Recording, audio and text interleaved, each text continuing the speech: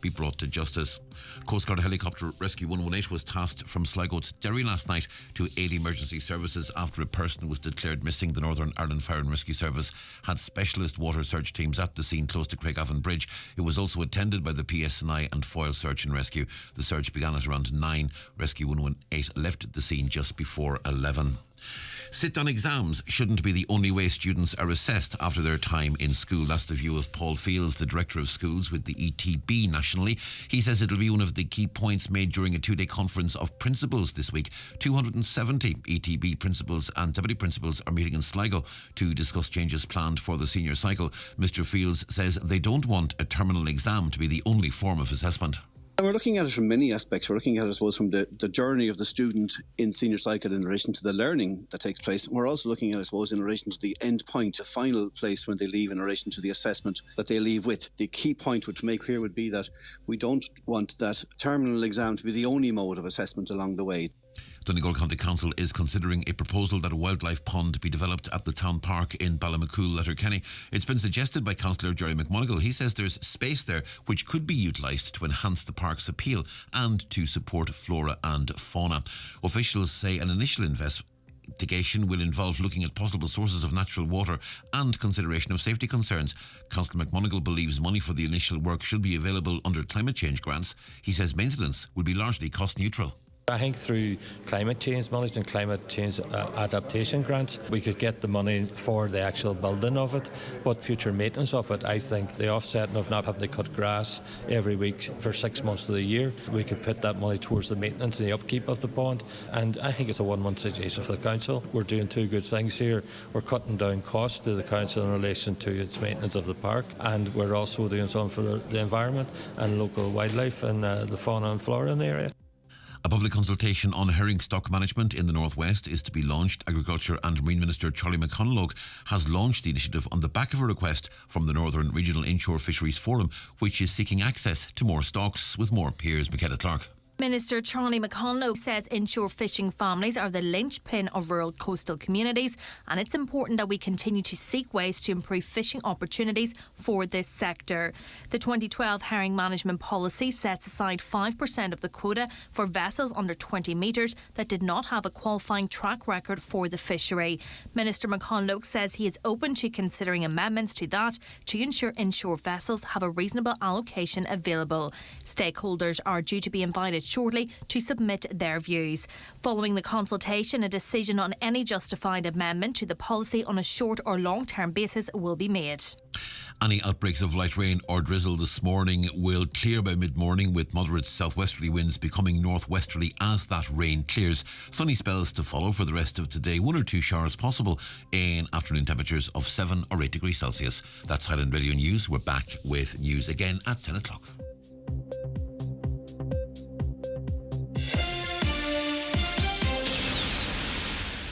Here's another amazing Aldi offer. Our Grow with Aldi programme in association with Board Bia is now in its 6th year. It offers upcoming Irish producers the opportunity to supply Aldi stores nationwide. It's great news for our customers too, because they get to support local Irish suppliers and businesses. If you've got a product you want to tell the whole country about, apply now and find out more at aldi.ie/grow. Applications close 30th of January. Aldi, everyday Irish, everyday amazing.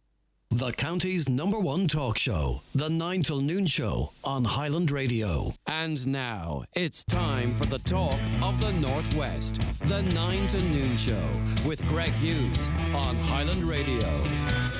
Hello, a very good morning to you. It's just about to turn 5 minutes past 9 on this Wednesday morning, the 25th of January 2023. I hope you're very well, and we want you with us for the next 3 hours in this show throughout the day here on your #1 local radio station. Get involved in the conversation, raise your own issues, pass on your own stories to 086 60 25,000 from outside the Republic. 0035386 60 25,000, so you can text us wherever you're listening. If you want to give us a call, 07491 25,000, 07491 25,000, and emails to comments at highlandradio.com. And just a shout out to you, loyal band of listeners that listen overnight on the replay. Don't forget, you can also text in the show as you're listening, and we can pick up your messages the next morning and include them on the programme. And if you want to watch this show, don't forget you can go on onto our YouTube channel, Highland Radio Ireland. You can watch through YouTube on your Fire Stick, on your smart TV or on your phone. The same applies for Facebook, straight through the app, or Facebook Watch again. It's on most TVs and your Fire Sticks. And you can also watch on our website, highlandradio.com. Right, plenty of papers out this morning. Let's start with the Inishowen Independent. Concerns have been voiced about alarmingly high electricity bills in a local social housing development, with tenants at Buncrana's Rocky Town worried about huge bills they've received in recent weeks. The first phase of Rocky Town, located on the outskirts of the town centre, opened in 22, and it's the first council estate to be built in Inishowen in more than a decade. And as we heard on this station too, Councillor Jack Murray has raised the issue of huge bills there at the January meeting of the Inishowen Municipal District. And you can read more on the inside and front of that paper on that story. The Donegal Post this morning, a GoFundMe page has been set up to help a 10-year-old Donegal girl learn to walk. We'll be talking about this a little later on in this hour. Kiva Darcy is the daughter of Stuart and Noreen, known from FBD Car Sales and Services in Ballantrae, very respected and popular family. Their daughter was born with cerebral palsy, which has affected her legs mainly. Kiva has worked tirelessly for the last 18 months and has gone from being a full-time wheelchair user to using a walker. She's always done it with a smile and never gives up, reads her GoFundMe page, which has collected over 23,000 of its €150,000 target. And as I say, we'll be talking about that a little later on in the programme.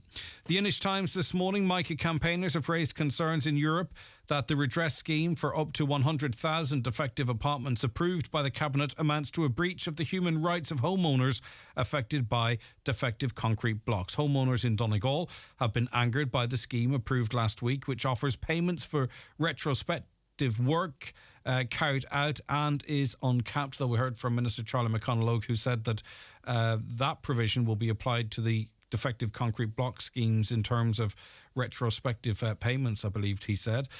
Campaigners, though, say the €2.5 billion scheme includes elements that they were denied after months of negotiations for a revised concrete blocks redress scheme and discriminates against defective block homeowners. And I'm sure, as it's pointed out in the article, and no one here, I don't think anyone here begrudges a proper scheme for those affected primarily in Dublin. It's just the sense that there's no equality there, that people up here are being treated differently. And as we heard from the Minister, the principles of the schemes are the same, but at the bottom line is one person can get their accommodation fixed completely, others can't, or even can't access the scheme because they don't have access to tens of thousands of euro. The Finn Valley Voice this morning, Shirley Ann Godfrey to feature in Walking Hame. A Stranorlar born playwright will feature in the third episode of a three-part series, Walking Hame, an exploration of the 300-mile Ulster leg of the international Appalachian Trail. Pardon my ignorance there, but the writing's very small on this piece of paper. From the coastal town of Larne to Donegal, John Shirley Ann Godfrey, a member of the Francis Brown Library Festival Committee, who tells presenter Lily Spence the story of Francis Brown, the blind postress of Ulster. That's a fascinating story in itself. Now, it's only the text I have here small. When you buy the paper, it's full-sized, of course. The Irish Independent, Donoghue shifts blame in bid to save his ministerial career. Did he save it? I wonder. I had every intention of watching it and then I didn't. I think I ended up watching Tipping Point or something. I just couldn't take any more news. Public Expenditure Minister Paschal Donoghue has sought to shift blame for his election donation controversy amid unresolved questions about the costs involved. During a heated Dáil debate, Mr Donoghue blamed businessman Michael Stone. He blamed a Fine Gael councillor in his constituency, and he even blamed his own party for the debacle that has engulfed the government and resulted in the minister potentially breaching ethics laws. Mr Stone yesterday resigned from 2 state boards over the controversy, while Mr Donoghue said he would be partially repaying an unauthorised corporate donation. Mr Donoghue's performance in the Dáil seems to have been enough to reassure his party colleagues and coalition partners, but opposition TDs insisted there are more questions. But as I say, and as I said in the programme yesterday, if he survived yesterday without any body blows, it's not going to be in the opposition party's favour to continue to go at this. Because people want other issues addressed now at this point. So we'll see what comes up in the Dáil over the next few days. I imagine, though, that story will ebb away.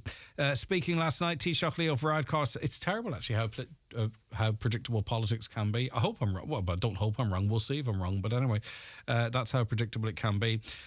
Speaking last night, Taoiseach Leo Varadkar said, I think at this stage, it really boils down to whether you believe him or not. And I do believe him. He claimed the objective of other parties was to throw mud in the hope that it sticks. But ignorance at the highest level, when you hold people to account, and his department holds many people to account, sometimes I don't think ignorance is a defence in and of itself. That's where plausible deniability comes from, isn't it? If you don't know, you can deny it plausibly. And I'm not saying he had any prior knowledge, but if you hold everybody else around you to the highest of standards, you can be expected to be held to the same level yourself, at least, I think. The Irish Times this morning tells us that refugees intending to seek asylum in Ireland have been told to defer any travel plans amid a severe shortage of available accommodation. None, really. The state now plans to keep the City West hub closed to international protection applicants seeking emergency shelter for at least another 4 days as the migration crisis enters an extremely difficult phase. The Department of Children and Integration confirmed yesterday that adult IP applicants, international protection applicants, would not be accepted into the hub's emergency accommodation area. Instead, they'll have their information taken and will be contacted if accommodation becomes available. They will effectively come into the country and become homeless. A senior government source said the length of closure will be longer than was previously the case, and those closures lasted between 3 and 4 days. Beyond this time period, the situation will depend on arrival numbers and the availability of accommodation. And of course, they want to move people on from the City West, and they're moving them to various parts of the country, including County Donegal. Also in the papers today, and it is somewhat linked, the Irish Daily Mirror, overcrowding conditions have been blamed as the reason for a brawl breaking out in a refugee centre. Gardaí were called to the City West site in Dublin on Monday after 6:30pm due to two groups of men fighting. 3 males were taken to hospital with minor injuries. No arrests have been reported. A movement of asylum seekers, Ireland co-founder Lucky Campbell, said crowded conditions and a mix of cultures led to the fight. He told RTE, my understanding from speaking to the people from there is that it started with the group that were throwing bottles to each other. Then the whole thing started and blew up like that. And there's a picture in the paper. But as I say, you get lots of different people from different backgrounds unable to properly communicate. And incidences like that are almost inevitable, aren't they? Enoch Burke's commitment to his job at this point, because he doesn't have one, he's been sacked, but he turned up for work yesterday, even though, as I say, he's been sacked from that job following a disciplinary hearing, which he contests, of course. He was arrested, taken off the property, released, and then went back to the school again, which I really feel is quite remarkable. And he's back at the school this morning. His dad drove him back to school this morning again. So even some of his most ardent supporters have noticed that some of them are commenting online that saying, look, enough is enough. But he went to school today. I don't know what's going to come from that with him, because he is obviously trespassing if he goes on into the school grounds now. But anyway, the story reads today, Taoiseach Enoch Burke has been arrested for alleged trespass in a manner likely to cause fear after returning to the school that has already dismissed him for his gross misconduct. And I think at this point, it's disruption to all the students. I know his beef was the wish of one child to be referred to one way, but now at this point he's disrupting all of the children's school. I'm not sure, as I say, it's going to help in terms of people supporting him. I don't know, we shall see. I'm sure some of you out there who do or don't will text in. But anyway, Mr. Burke, who's been involved in a long and ongoing battle in the High Court following his refusal to refer to a gender transitioning student as they, was dismissed from Wilson's Hospital School last week. In a letter to him, which emerged over the weekend, the student council told him his ongoing attendance at the school was causing huge disruption, was affected learning, and was a daily reminder to its LGBTQ plus students of the prejudice they experienced. However, Mr. Burke returned to the Westmeath Secondary School yesterday, not just once, but twice. And as I say, he's back at the school again today, and he cuts a lonely figure actually standing outside of the school gates when he returned after being arrested. On to the Irish Daily Sun. A man appeared in court yesterday, charged with the murder of a 99-year-old patient in a ward in Cork's Mercy University Hospital. Dylan McGee of Churchfield Green, Churchfield, on the north side of Cork City, was charged with the murder of Matthew Healy at Room 2, St Joseph's Ward at MUH on Sunday, last January 22nd. Detective Garda Morris McConnell told Cork District Court that he arrested the 30-year-old at Bridewell Garda Station and charged him with murder at 7:18pm on Tuesday. He said McGee did not reply to the charge. Sergeant Pat Lyons applied to have McGee remanded to custody to Cork Prison to appear again before the court by video link on Monday, January the 30th. And finally, on a much lighter note, huge success and kind of interesting too that we were speaking to those involved in the film industry here in Donegal in their hopes to create a really successful setup here where people who are plying their trade across the country and across the world can return to Donegal and make films, documentaries, adverts, whatever it might be. And hopefully off the back of success with the Oscars, we can achieve that. Because Ireland stormed towards Oscar glory yesterday with 14 nominations for the world's biggest movie awards. In what's being dubbed the Irish Oscars, Ireland's film industry had a record-shattering year with votes across all the major categories. Box office hit The Banshee of Inisherin, led the Green Wave with 9 nods, including Best Picture in the shortlist announced at dawn in Los Angeles. So clearly it's doing the heavy lifting. Actor Paul Mescal, an Irish language film on Cuilín Cún, also got nods, giving Ireland more reasons to celebrate. Nice to see Colin Farrell nominated there as well, and a few others. Right, we might talk about that a little later on, but at least we will certainly be talking about it during That's Entertainment on Friday, and that is the papers for this morning. Don't forget to get involved by texting or WhatsApping 086 60 25,000, or you can call us on 07491 25,000. The newspapers are courtesy of Kelly Centra Mountaintop Letterkenny, the 2022 C-Store National Off-Licence of the Year. The 9 to Noon Show, brought to you by Kelly's Toyota, where you can now test drive the newest member of the iconic Corolla family, the Corolla Cross Hybrid Electric SUV. Clear Mobile has 99% 4G population coverage. So where are people going? Out west with 4 bars and all. Dublin, outside of Dublin. Longford, Waterford, all the Fords. Amazing coverage with unlimited calls, texts and data from a pretty smart $12.99 a month. But hurry, limited time offer. Clear Mobile. You clear yet? 30-day contract. Activation fee and fair usage applies. Max data speed 5 megabits per second. $12.99 subject to eligibility. Offer ends 28th of February 2023. See clearmobile.ie for terms. My New Year's resolution is to be nicer to myself and treat myself to a new car from iMotors. With every size vehicle and engine type available, you'd be mad to not treat yourself. There's petrol, diesel, hybrid and electric. We have it all. Call in today or visit imotors.ie. Hello, Hill 16 Insurance. How can I help you? Up the dubs. Hi. I am looking for a home insurance quote. Righto, and what part of Dublin do you live in? I don't actually live in Dublin. Right. Do you support the dubs? What? I'm just looking for home insurance. Well, you're going to have to keep looking, pal, because Hill 16 is Dublin only. Get the feeling that your insurer doesn't want you? At Local Insurance, we understand your needs. Call today for a bespoke quote or find us online at localinsurance.ie. Local Insurance, we'll get you sorted. The Local Insurance Network, DAC Trading's Local Insurance, is regulated by the Central Bank of Ireland. Local Insurance is a tied insurance intermediary of Acorn Brokerage Limited. Acorn Brokerage Limited, trading as Acorn Insurance, is regulated by the Central Bank of Ireland. Why don't we do this more often? Hiking? Yeah. Well, we get really into it for about 2 weeks every year and then we just kind of stop. Sure, I even bought these poles last year.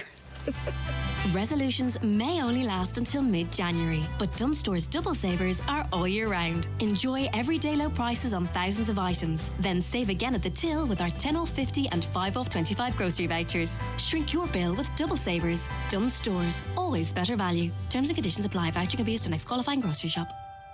The CAO application deadline of 1st of February is fast approaching. Don't miss the opportunity to add Ireland's highest ranked university to your CAO choices. Trinity College Dublin offers over 100 undergraduate degrees, 170 clubs and societies, and so much more. Our world-class lecturers and beautiful campus in the heart of Dublin City have been inspiring generations for over 400 years. Visit tcd.ie/CAO and be inspired. That's tcd.ie/CAO. Watch the show live now on YouTube, Facebook, and at highlandradio.com. Okay, well, we'll welcome onto the programme now Noreen Darcy, who is the mother of Kiva, who is aged 10. And we mentioned just a little earlier on in the programme about Kiva's dream to walk. Now, if you are a person maybe of wealth, or you have some spare cash and you want to do something really good with it to make a really big change to someone's life, well, keep listening because this is a real good opportunity for you to do just that. Hiya, Noreen. Good morning, Greg. How are you? I am doing very good. Tell us about Kiva, Noreen. Okay, so Quiva is a 10-year-old girl. So she is living in Ballantrae in County Donegal. She goes to school in St. Eunion's National School. She was born with cerebral palsy, and I suppose it has affected her legs mainly, Greg. She has been a wheelchair user all her life, and about 2 years ago, or just shy of 2 years ago, we got the opportunity to involve her in some intensive physiotherapy programs. And I suppose we realised that there was perhaps an opportunity or missed opportunities within her progress, so we started to explore that. So for the last 18 months, she has worked very intensively, if I'm being honest. Probably has done more exercise than any kind of professional athlete nearly would be doing. You know, she is doing daily physiotherapy, and she has a kind of a very strict routine, and it in turn has given her remarkable results. So she has gone from, in the space of 18 months, she has gone from being a full-time wheelchair user to an independent, well, to being a walker with a walking aid. So she has blown away an awful lot of the professionals, and it then made us start to look at other avenues and to see what else was out there for her.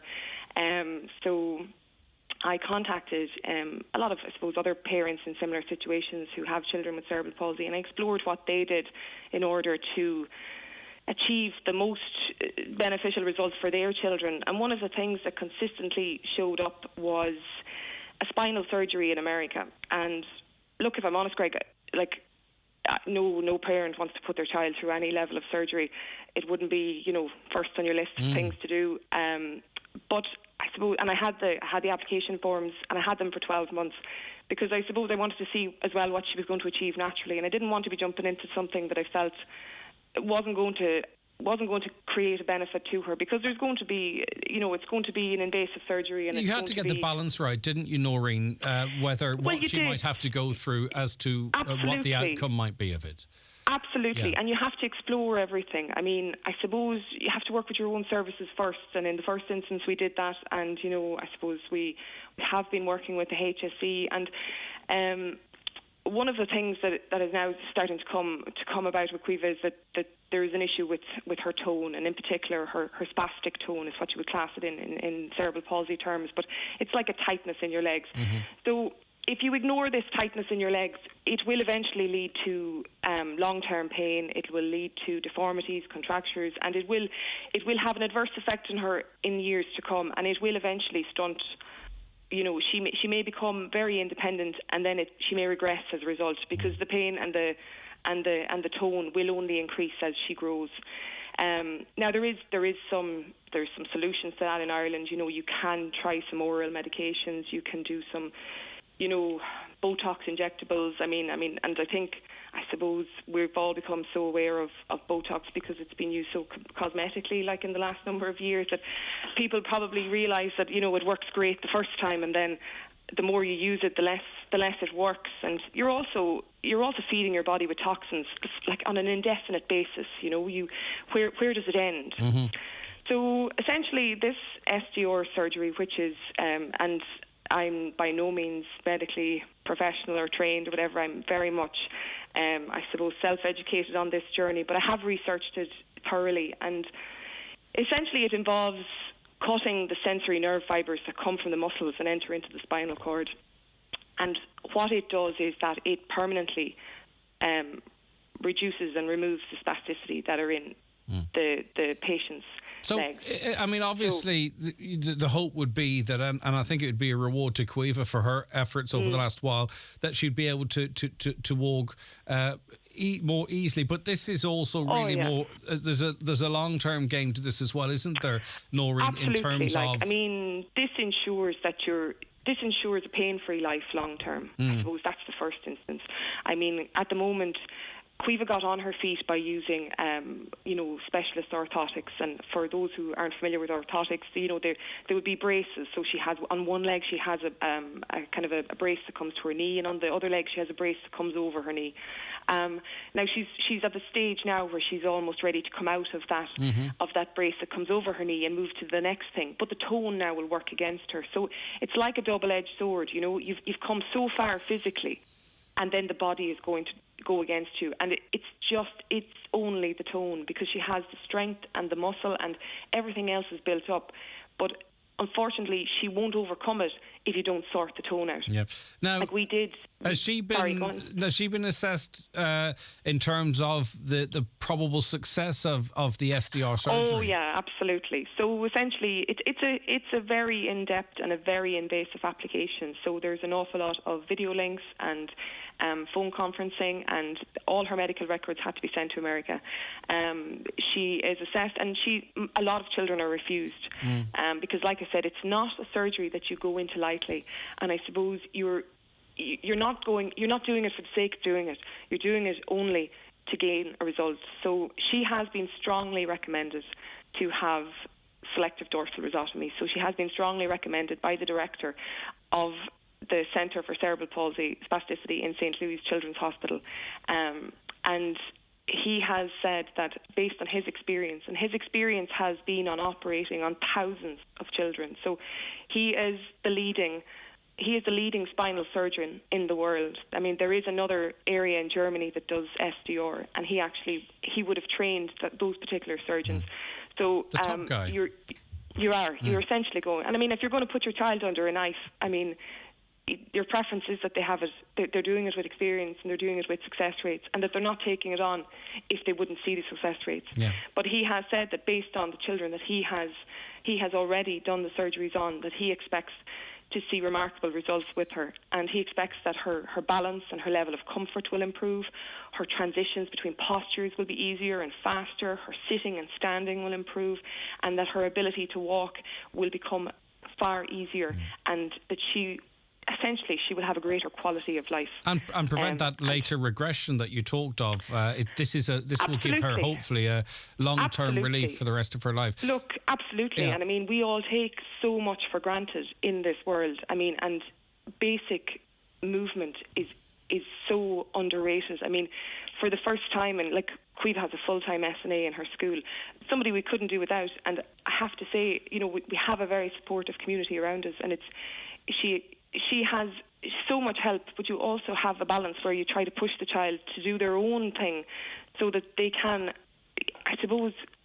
lead an independent life. And I mean, this year, for the first time, and she's in 4th class, like, she's now able to go to the bathroom independently. Which is a big deal. I mean, it's huge. Massive. Yeah, it's massive. It's massive, Greg. And I mean, Caoimhe, obviously yourself, incredibly determined then, because as you say, she's been training like an Olympic athlete for the last number of months. Like, she's earned this shot, hasn't she? She really has earned her spot. Like, if I'm being honest, I mean, you can take any child to football practice. I mean, but if they don't want to go, they don't want to go. Yeah. I mean, we have turned our shed into a home gym. She goes to regular physio. Like, we're engaged with both private and the public services. Unfortunately, we don't have enough services in this country to provide that level of intensity to children. But if you can see that if you can see that the results are possible, then that level of intensity is needed in order to get over. I mean, there will come a point, like, we have a short time frame. I mean, she most likely will go through puberty this year, and with that, with every growth spurt comes regression, because your body is growing and your muscles are lengthening, and you have to then keep working hard. But she is so resilient, and she's so acceptant of but she sees the results, Craig. So she's gone from being the child sitting in the wheelchair in school to now sitting at a chair at a classroom table with her peers, because she can get up and walk over to her chair, her table and her chair, and not have to be wheeled in a wheelchair. Now, Noreen, I mean, I don't think anyone takes the decision to launch a GoFundMe page lightly. I think it's a big decision for a lot of people.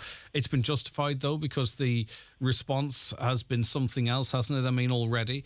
It has, and it has been. Look, we have self-funded everything to date, and I suppose we have an awful lot of money spent in the last 18 months. And I mean, if money wasn't a barrier, you wouldn't be doing a GoFundMe. No, of course you wouldn't. But unfortunately, it's impossible, I suppose, as parents to continue to self-fund, I mean, indefinitely. And because there still is a lifetime of maintenance and therapy that will be needed with Quiva, and that will be just part and parcel of what we will work for, and that will be part of our expenses in life. But this, I suppose, you're giving the people, you're giving the wider community an opportunity in little amounts but in large numbers to make a big difference to a young 10-year-old's life. And it's not just for now.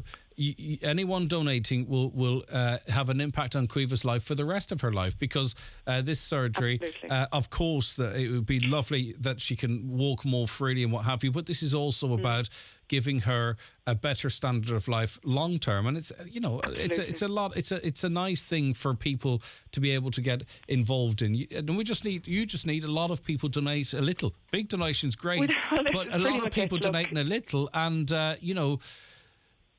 there's not an awful lot we can make a difference in, and this is one of those, I think.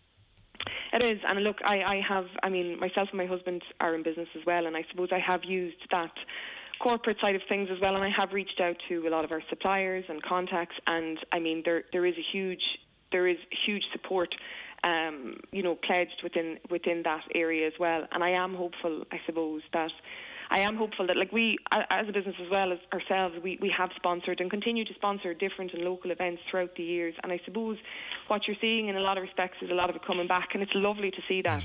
I mean, I have had people ring me that, I've done business with down through the years, and they have a pledge sponsorship this week and different things like that. And the local community as well, and Quiva School as well, everybody has been exceptionally supportive.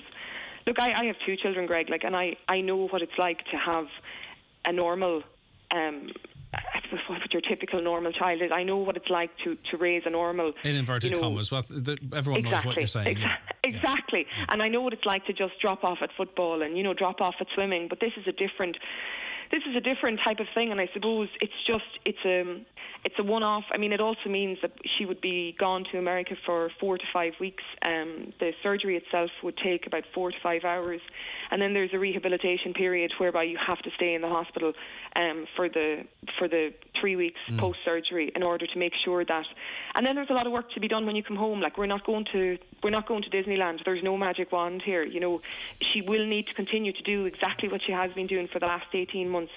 But I'm so confident that she will, because she's in such a strong routine of it at the moment that it's become part of her, and she knows exactly. She feels and she sees the journey herself. I mean, this year in school has probably been her most productive year in school from a social perspective. She's more outgoing. She's grown in confidence as well, and absolutely. May feel she's got more in common. Yeah, I get you.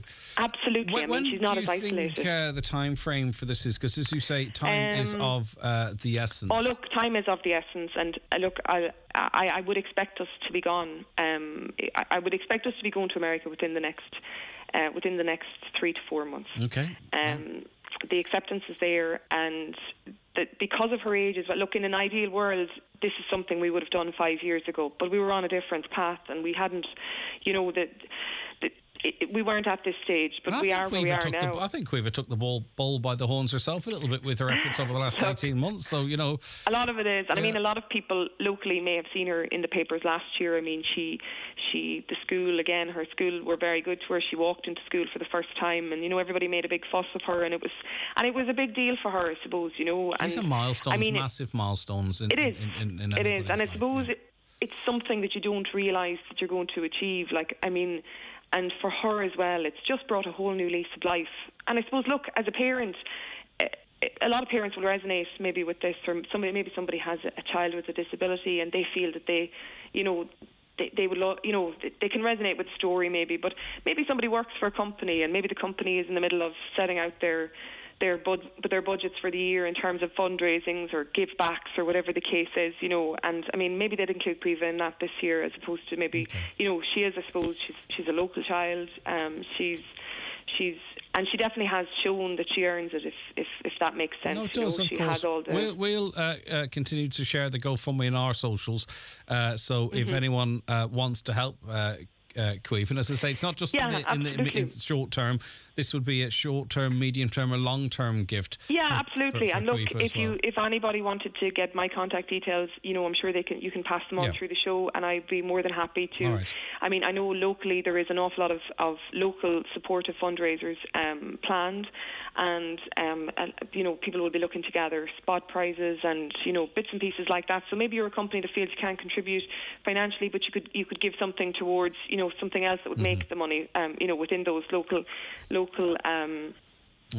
things. So, all right, Noreen, is there an actual Facebook page for Cueva? Yes, so essentially the GoFundMe page itself is called Cueva's Fight to Walk. I have recently just set up a separate Facebook page as well, so that people can follow her journey. I mean, if you're a friend or a contact of myself or my husband, you'd probably have seen her journey on socials over the last 18 months. But for those who haven't, I'll continue to post. And when you see where she's come from to where she is now, I mean, it is phenomenal. And it definitely, I mean, this would be life-changing for her.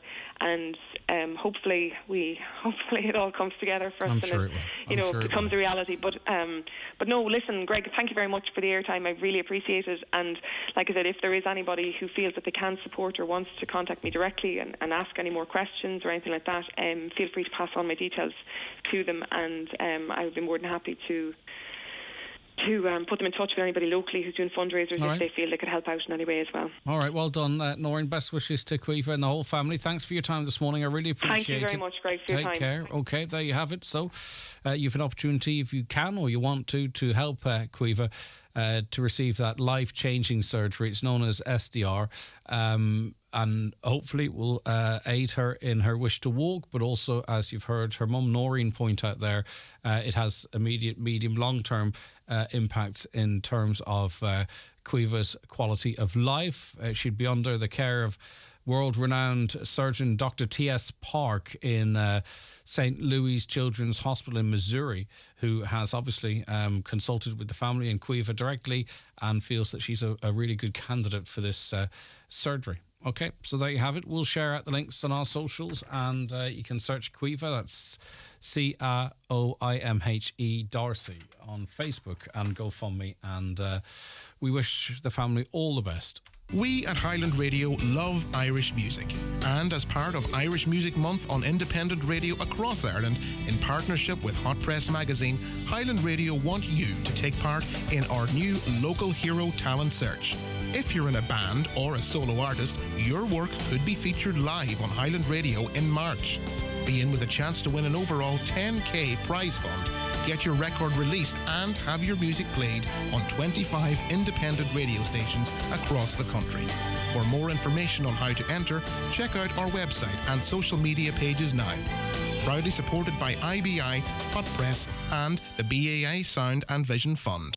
The 9 to Noon Show, brought to you by Kelly's Toyota, where you can care for your car with Toyota Relax, giving you a year's warranty with your service. Terms and conditions apply. Dillon's Hotel, Letterkenny is the perfect place to celebrate special occasions. Dillon's exclusive function rooms cater for up to 120 guests for any occasion, from corporate celebrations, presentations and networking events, to milestone birthdays, anniversaries and retirement parties. There's audio-visual equipment, integrated PA systems and even a private bar. Dillon's Hotel, perfectly located in Letterkenny Town Centre with award-winning food and 5-star service. Call 91-22977. The TUI Live Happy sale is here, with savings of up to €250 per booking. Free child places, even in the school summer holidays. Plus low booking deposits from €50 per person, with holidays to suit all budgets. Relax and get booking. TUI Live Happy. Offer T's and C's apply. Hike or bike the Camino de Santiago to raise vital funds for Irish Community Air Ambulance. Explore this iconic trail for 1 week from April 23rd and help us grow and improve our emergency medic responder service in County Donegal. You may never need the service yourself, but your support could help make sure it's there for others. Sign up today and find out more by visiting communityairambulance.ie/Camino. Thank you. Okay, welcome back to the 9 till noon show. Now, we had quite an interesting conversation yesterday on homework. The conversation, it comes up almost annually, if not a couple of times a year. But it came back into public conversation again after President Michael D. Higgins. Effectively, I think he said that we need to do away with it, that schoolwork should be happening in the school and then the evenings could be left to children to do other more creative things. Fiona Condren is a founder of Emotion Matters and joins us now. Good morning to you, Fiona.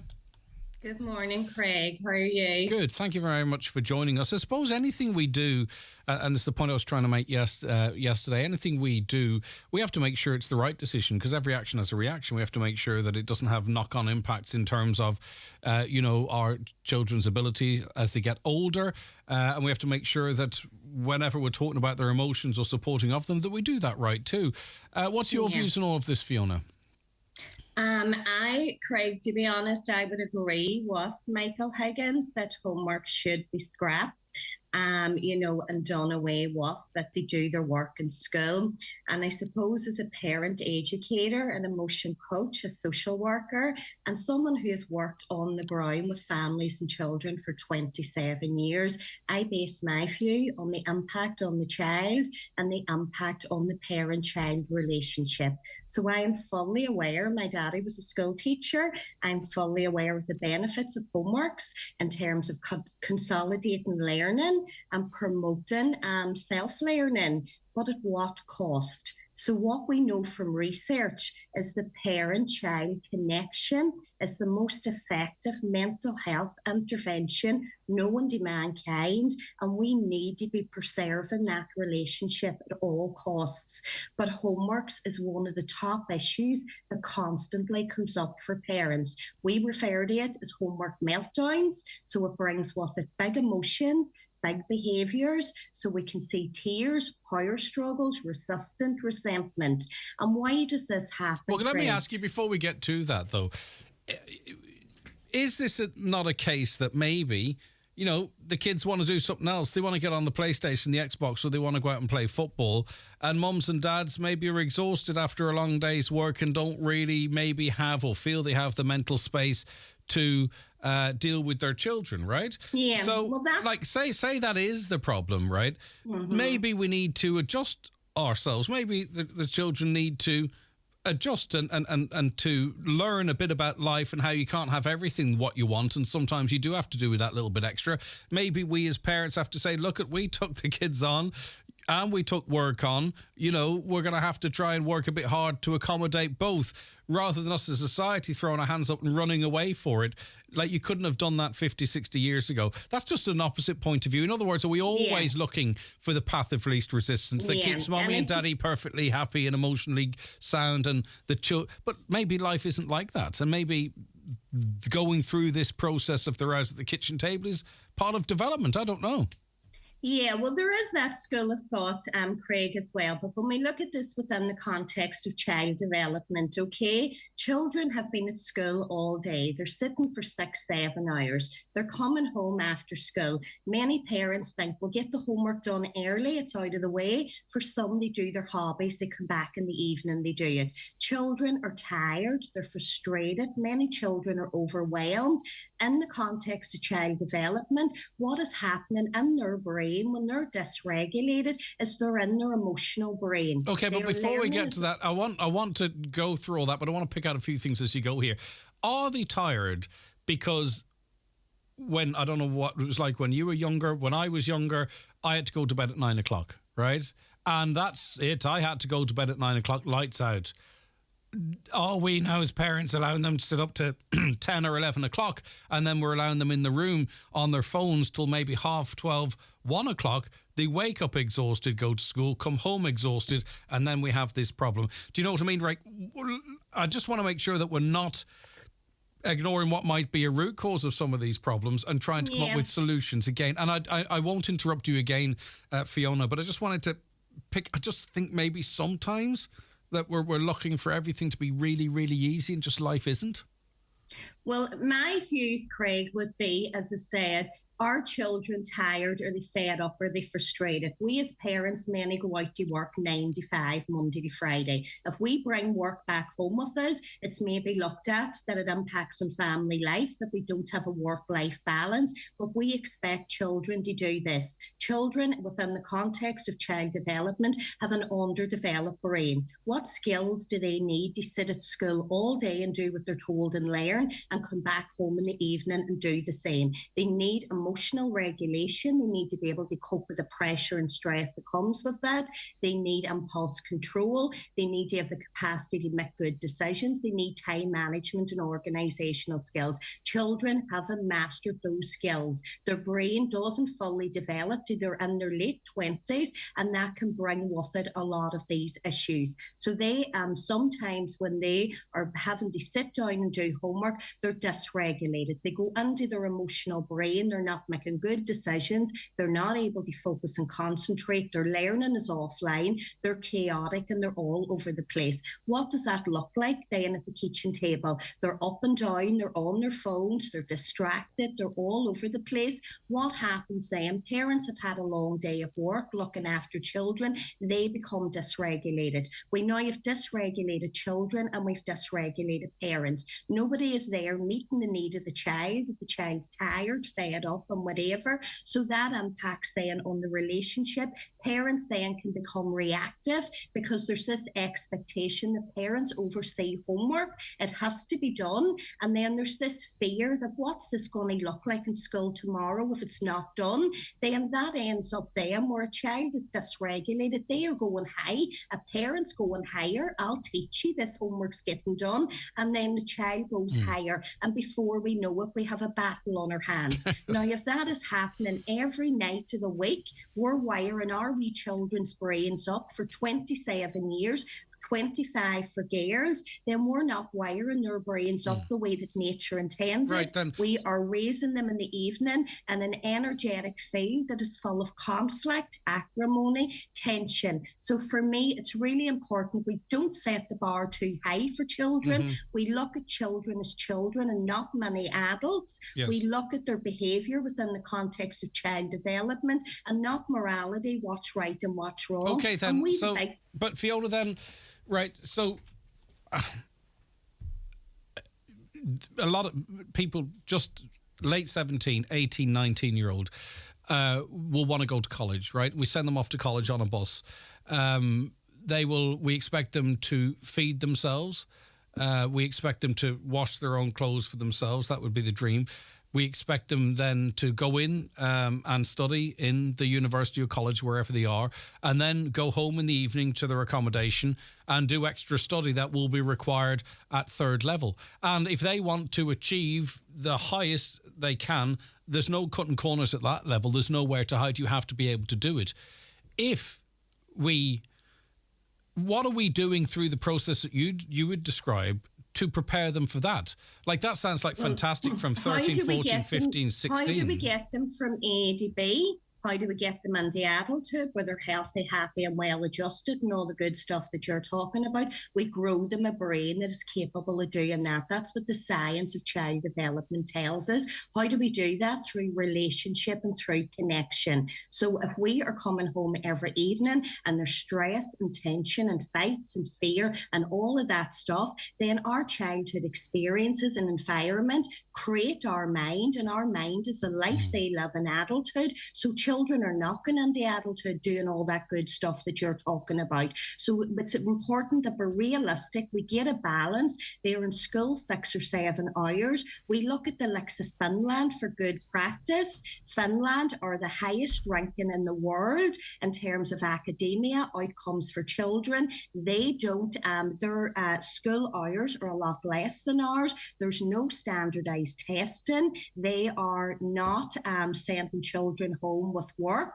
They put a focus on cooperation and not competition, and there's a relaxed, informal environment, and they are outdoing every other country. So if we're looking for the good outcomes that you're talking about for children, then yes, we look to the likes of Finland and how we do that. We do that, Craig, through nurturing children, not about putting activities in place that is going to cause disconnection, friction, stress and pressure.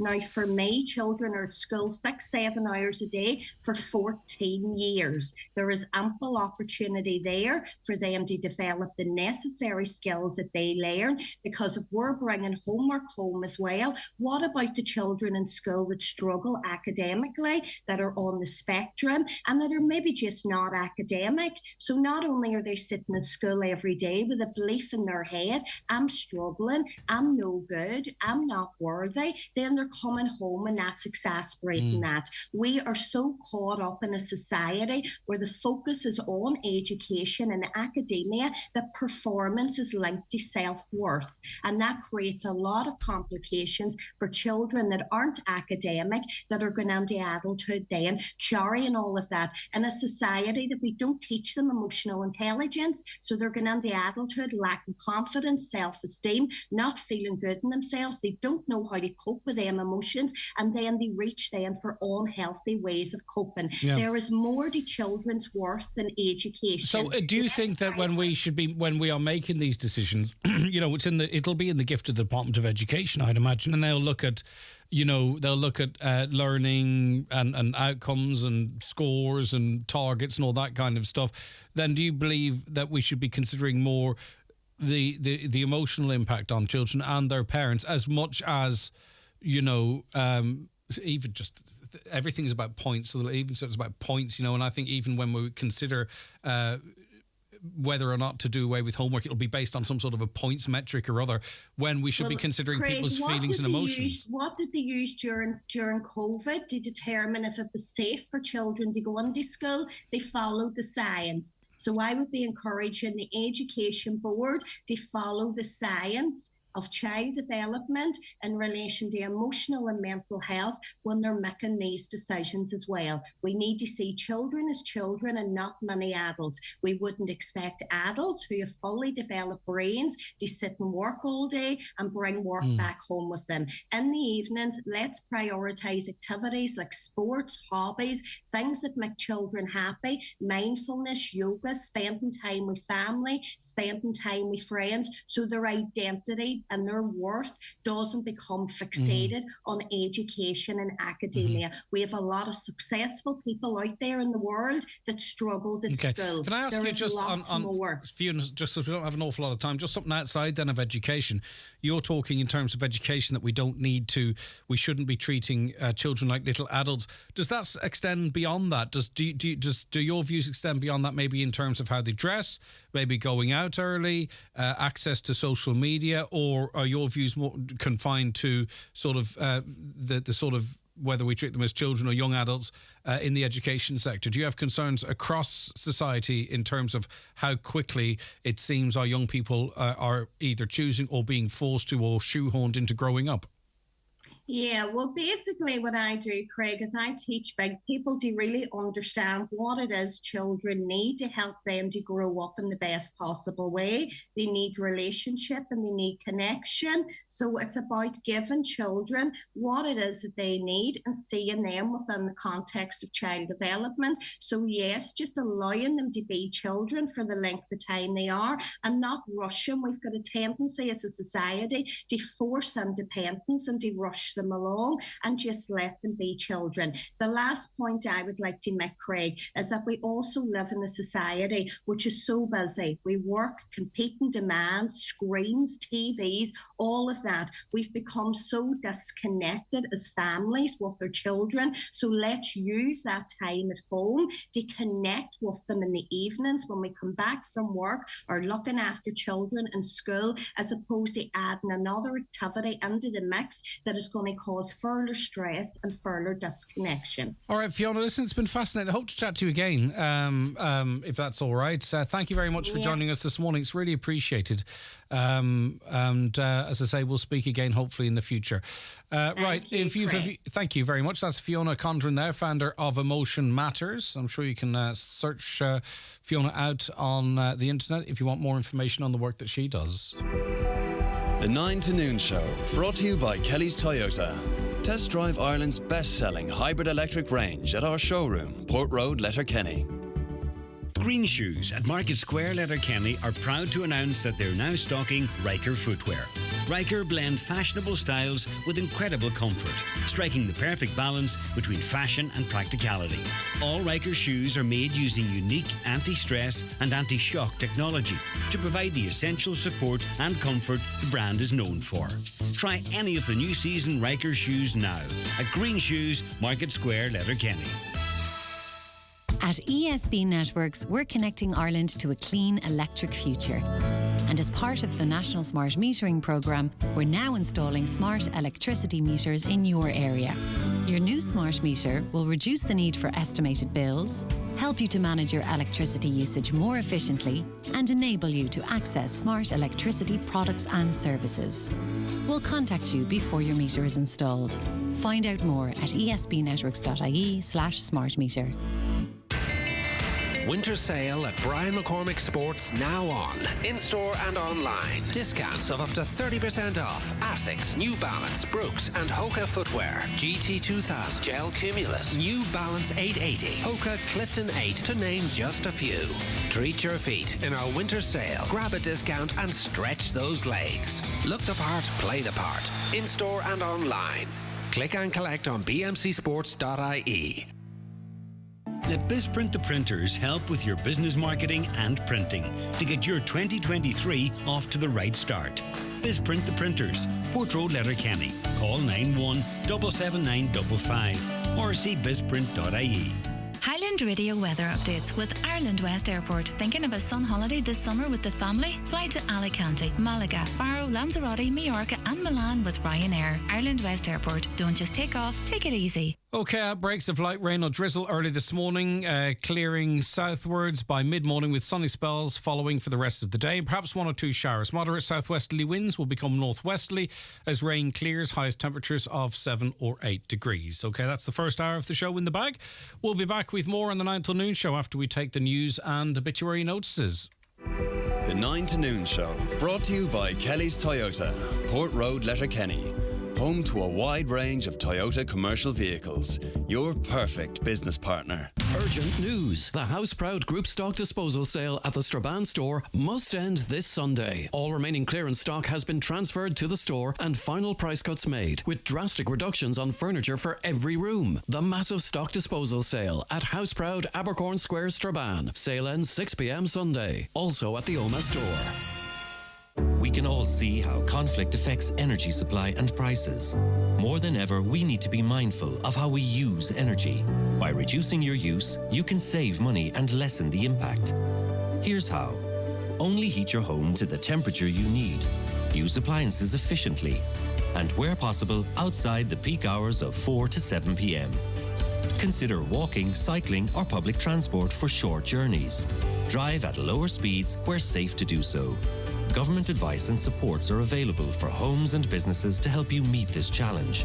Find out more at gov.ie/reduce your use. Brought to you by the Government of Ireland. Boy & Company are the Northwest's leading interiors, paint, curtain and blind and interior design specialists.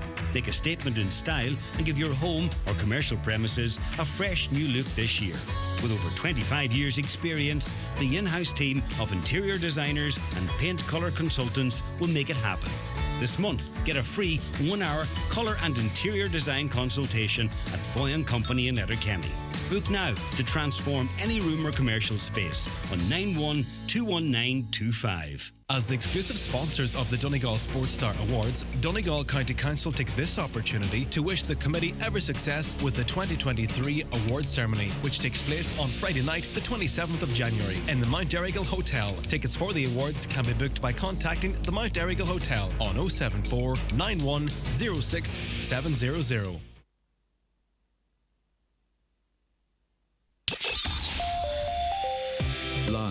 on air, online and on the Highland Radio app. This is Highland Radio News. Good morning, it's 10 o'clock. Donald Kavanagh at the news desk. The Taoiseach is set to tell Lebanese officials today that those responsible for the killing of Newton Nottingham-based private Sean Rooney must be brought to justice.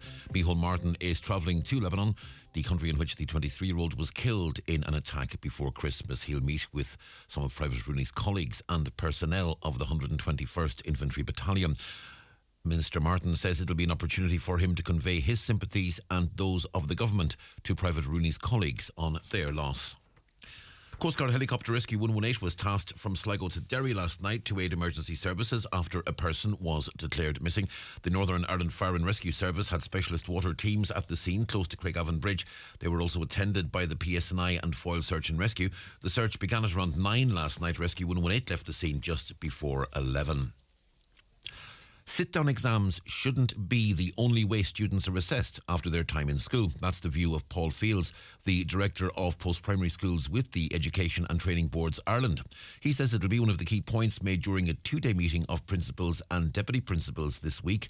270 senior personnel are gathering in Sligo to discuss changes planned for the senior cycle. Mr. Fields says they don't want a terminal exam to be the only form of assessment. We're looking at it from many aspects. We're looking at it, I suppose, from the journey of the student in senior cycle in relation to the learning that takes place. And we're also looking at it, I suppose, in relation to the end point, the final place when they leave in relation to the assessment that they leave with. The key point to make clear would be that we don't want that terminal exam to be the only mode of assessment along the way.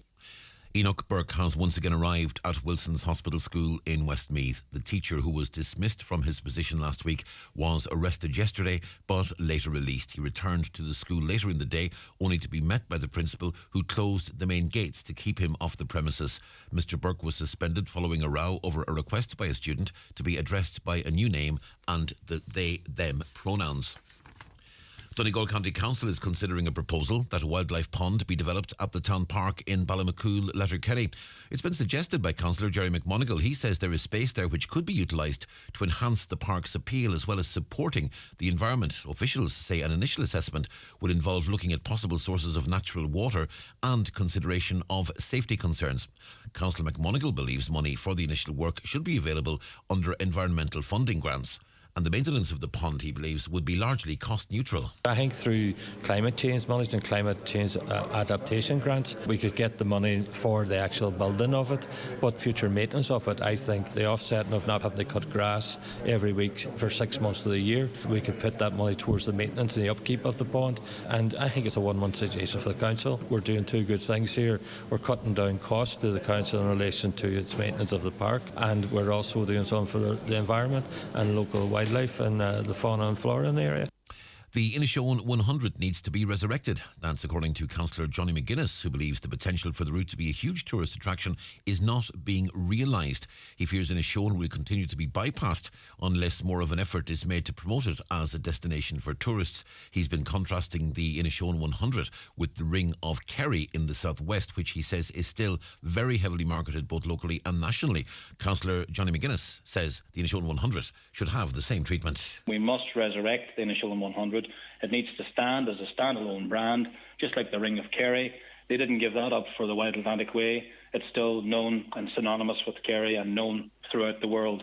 We need the Inishowen 100 to be known in the same way. A public consultation on herring stock management in the northwest is to be launched by Agriculture and Marine Minister Charlie McConalogue. He's launched the consultation on the back of a request from the Northern Regional Inshore Fisheries Forum, which is seeking access to more stocks. With more, here's Michaela Clark. Minister Charlie McConalogue says inshore fishing families are the linchpin of rural coastal communities, and it's important that we continue to seek ways to improve fishing opportunities for this sector. The 2012 herring management policy sets aside 5% of the quota for vessels under 20 metres that did not have a qualifying track record for the fishery. Minister McConalogue says he is open to considering amendments to that to ensure inshore vessels have a reasonable allocation available. Stakeholders are due to be invited shortly to submit their views. Following the consultation, a decision on any justified amendment to the policy on a short or long-term basis will be made.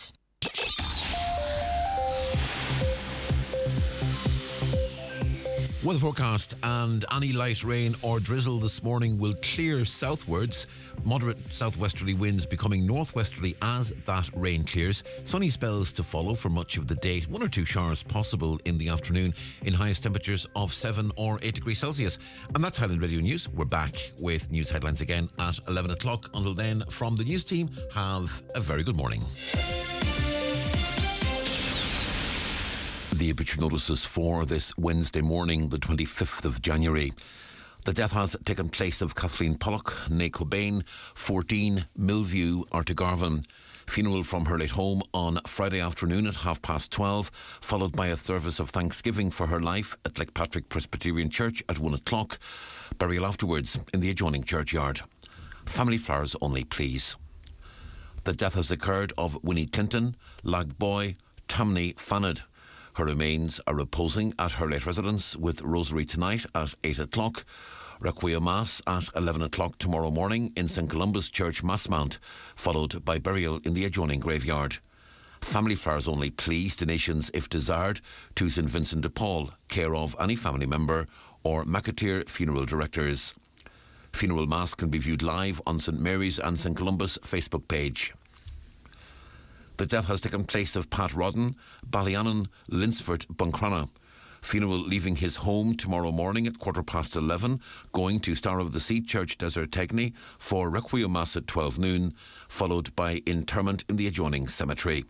House private at Pat's request, for family and close friends only, please. Family flowers only, donations in lieu if desired, to Pieta Northwest. The death has taken place of Patrick McLaughlin, Carol Blah, Glentower, Carndonna. Remains reposing at his daughter Sadie Donaghy's residence at Nohead Muff. Removal from there this evening at 5 o'clock, going to the Church of the Sacred Heart, Carndonna, to repose overnight. Requiem Mass tomorrow morning at 11, followed by burial in the adjoining cemetery. The house is private, please. The death has taken place of Bo O'Donnell, 20 Dunkeld Avenue, Derry. Reposing at his home. Funeral from there tomorrow morning at 11:20 for Requiem Mass in St Columba's Church, Longtower at 12 noon, followed by interment in the city cemetery. Donations in lieu of flowers, please, to the Foyle Hospice, care of Quigley Funeral Directors, Strabane. Requiem Mass can be viewed live on churchmedia.tv. And the death has taken place of Robert Robin Mackey, house strictly private, please. Funeral service in Nohead Presbyterian Church, Muff, this afternoon at 2 o'clock, followed by interment in Muff Parish Churchyard. Family flowers only, please. Donations in lieu if desired to Nohead Presbyterian Church, care of Mrs Hilary Smith, Ishkaheen, Muff. For more details, including any family health guidelines for wakes and funerals, please go to highlandradio.com.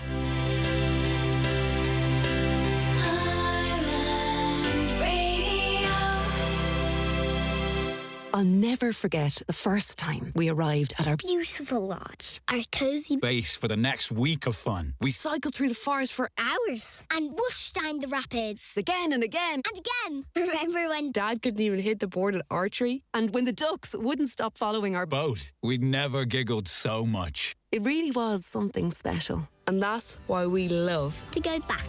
Start your story today. Centre Parks Ireland. Family forever. Book now at centreparks.ie. It's time for NCBI Bingo on Highland Radio. It's Wednesday, the 25th of January. You're playing on the blue sheet. The reference number is S18. It's game number 4.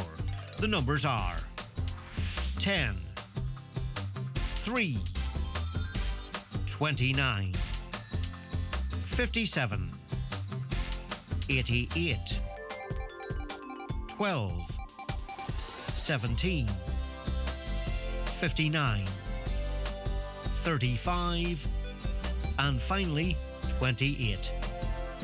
Phone your claim to 9104833 before 8 tonight, leaving your name, contact number and the name of the shop where you purchased your book, and we'll call you back the next working day. Get all your NCBI bingo information at highlandradio.com. At Hickey, Clark and Langan Insurance Brokers, they compare quotes from all the leading insurers, so you get a great price. Home, motor and van, farm, holiday home, travel and liability insurance, they quote them all. So if the worst happens, you're covered. For a competitive insurance quote today, call Hickey Clark and Langan on 9126688 or pop into their office at Ballymacool, Letterkenny. Hickey Clark and Langan General Insurances Limited, trading as Hickey Clark and Langan, is regulated by the Central Bank of Ireland. Are you a Leaving Cert student, or are you interested in a postgraduate degree or Springboard Plus funded course? ATU Donegal's Open Evening has been rescheduled to Wednesday 25th of January from 4 till 7 p.m. at the Letterkenny campus. With the February 1st CO deadline approaching, there's never been a more exciting time to join ATU Donegal. Find out more about the 20 new CAO programmes and talk to academic and support staff about your options. ATU Donegal's Open Evening, Wednesday 25th of January from 4 till 7 p.m. See you there. Fabric World's biggest ever winter sale is now on. There's over 5,000 metres of curtain and upholstery now half price or less. All craft and dress fabrics reduced and lining from £1. Why not insulate your home with half price fleece interlining or avail of our fabulous Euro rates at Fabric World Maydown, Derry. The 9 to Noon Show, brought to you by Kelly's Toyota, home of genuine Toyota parts and accessories at Port Road, Letterkenny. All right, you're very welcome back to the 9 till Noon Show. Thanks for your calls and comments coming in. I'll get to those very, very shortly. Just was informed there very recently, as you would know, there is an ongoing review of NowDoc services here in County Donegal. CareDoc seemingly want to make some changes. But what I was told, and obviously it's hard to get information, but I was told is that NowDoc is being asked to, or choosing to, or being asked to, is my understanding, to move out of its current premises in Letterkenny and to relocate elsewhere. Now, obviously, I'm trying to ascertain. My information was they might be moving to the Kilmacrennan Road, but we're trying to ascertain why that's happening. And is it part of the overall review or just something that was going to happen in any case? But as I say, it can be hard to get information. Right. We are joined now on the programme by author of Money Doctor 2023. Money Doctors, in fact, John Lowe. Good morning, John. Can you hear me, John? No, John is connecting to audio there. Okay, he'll be with us shortly, I'm sure. He'll be joining us just in a couple of moments. If you have any questions for our Money Doctor, feel free to get in touch. 08660 25000, 08660 25000. By the way, Greg says a caller, on a lighter note, are you not going to mention that tonight is Burns Night, the annual celebration of the life and work of Robbie Burns, the National Bard of Scotland? Burns Night is celebrated by many people across County Donegal, especially East Donegal and Inishowen, and across much of the rest of Ulster. It's always a bit of light-hearted crack at the end of January. That comes in from Sen in St Johnston. Well, thanks to you, Sen, I was able to mention it. I wasn't aware beforehand. John Lowe, can you hear me okay? No, we are struggling to hear John, or John's struggling to hear us, so we might have to find some alternative way to speak to John for the time being. Well-spoken Fiona, a person after my own heart, a great grandparent, great show, Greg, a daily listener. Thanks for your nice comment. And more coming in on homework. Homework, no wonder children are confused and anxious. All this discussion is so unnecessary and overcomplicated. If parents include homework in the evening routine, it would be over with and part of the child's structure. A caller says in other parts of the world, example Taiwan, children are in class from 8 a.m. and then they don't finish until 6. Another, I agree that the homework for smaller children should be small, but we should still give them that. It's more than just academic education. There is a significant and noticeable decline in coping skills as it is for young people who are entering the workforce, dealing with authority and instruction in recent years. I wonder if this is a direct result of the lack of faith we have in young people's abilities and our constant need as educators and parents to take all of their autonomy away from them. Yeah, I would have some concerns there in that what we're doing at the moment is not working, because we're seeing record rates of children with mental illness and self-harm. And then, as I say, you know, there can be some difficulties with some of our younger people too when they go on to college and having to fend for themselves. And then, of course, having to enter the workforce too. Maybe if they're overprotected, how well will they function in that environment? So I think it has to be part of a wider conversation as well. Right, okay, we can say good morning now to John Lowe, the Money Doctor. Hi, John. Good morning, Greg, and Happy New Year to you and the listeners. And same to you. Hard to believe you're on the 2023 edition of your big yellow book. The big yellow book. Yeah, the 18th edition. And it is bigger this year because there's an extra 148 pages with a separate index, Greg. It's called Teenagers, You and Your Money. And essentially, this came about as a result of my son when he was 19, and he never failed an exam in his life. And he was in UCD doing BNL, and he went on to do masters in finance and then became a chartered accountant, all the usual, never failed an exam. And he said, "Dad, what's an overdraft?" And I said, there's really something wrong with the educational system that you can go right through college and, school, and then you come up with a question like that. So this book is actually going to be available for free next September, ebook, to every single TY student in Ireland, including all up in Donegal and the surrounding area. So about 60,000 students. Yeah, but those buying the big book get access to that now. Is that correct? Yes, you can. The physical is available now in the Eastlands. It's actually selling very well. In fact, I'm nearly forced to have to do a reprint. It does very well every year. It's probably the only personal finance A to Z book that you can get on the market.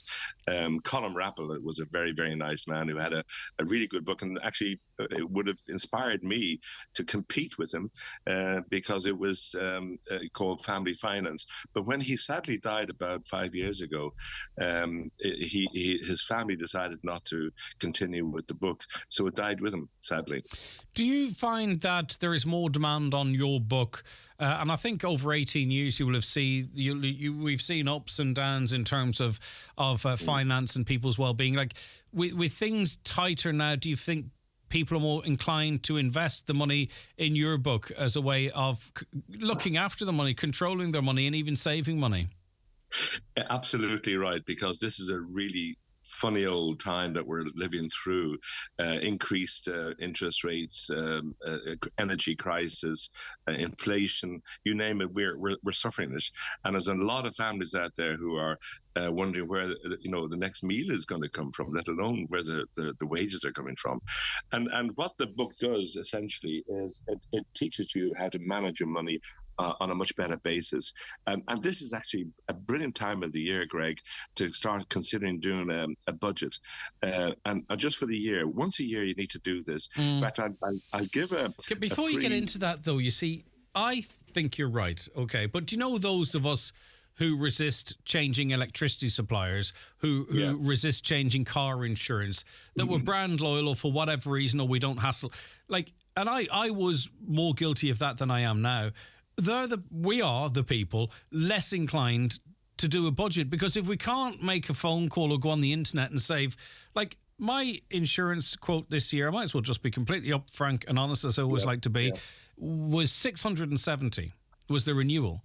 And it's 400 car insurance, yeah. 470. By shopping around, we've managed to get it down to €470. That's a 200 saving off the bat, right? That's brilliant. Which is massive.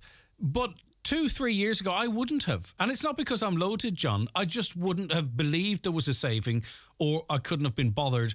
And then I wonder, if I couldn't be bothered to save myself 200 quid, could I be bothered to make out a budget? So people like me, and maybe even those behind me on the journey, we need to get our head in a space, don't we, John? There's three words: apathy, lack of time, and ignorance. Those three words are crucial, actually, when it comes to finances, because people use them all. And as you say, not so much you couldn't be bothered, but you've got other more important things to do, and you just don't get the time to do it. And then the ignorance that you don't know sometimes that you can actually save huge sums of money. I maintain that if you spend 2 hours on your own finances every month, you will save an absolute fortune. An absolute fortune. Well, in the first 3 weeks of this year, I've saved €500 between house insurance and car insurance. Now, house insurance, I had it completely undervalued to rebuild the house. I had this notional view in my head of how much I might sell my house for if I ever sold it. And that's, I think, what I had it insured for. But your insurance is to rebuild, refurnish, put furniture back in, put the tellies back in. Yeah. I had my house grossly underinsured, but I ended up insuring it for the right amount for significantly less. And the same as I mentioned there with the car insurance, John. Well, that was actually dangerous, Greg. If you underinsured, 100%. Because it not mean say you had insured it for 400,000, but it was actually worth 800,000, and then your house burns down. You'll only get 200,000, not 400,000, because it's the way they work with the insurance. It's on a basis that you get half of what you actually insured it for, and it should have been insured for 800. So that's a very dangerous thing. So I would actually applaud you for, like, first of all, realizing it and then doing something about it. Right. So, John, budget then. What is the advantage of budgeting? Okay, it's really important, in my view, to know how much does it cost you to run your life on a monthly basis, because that is the essence of planning.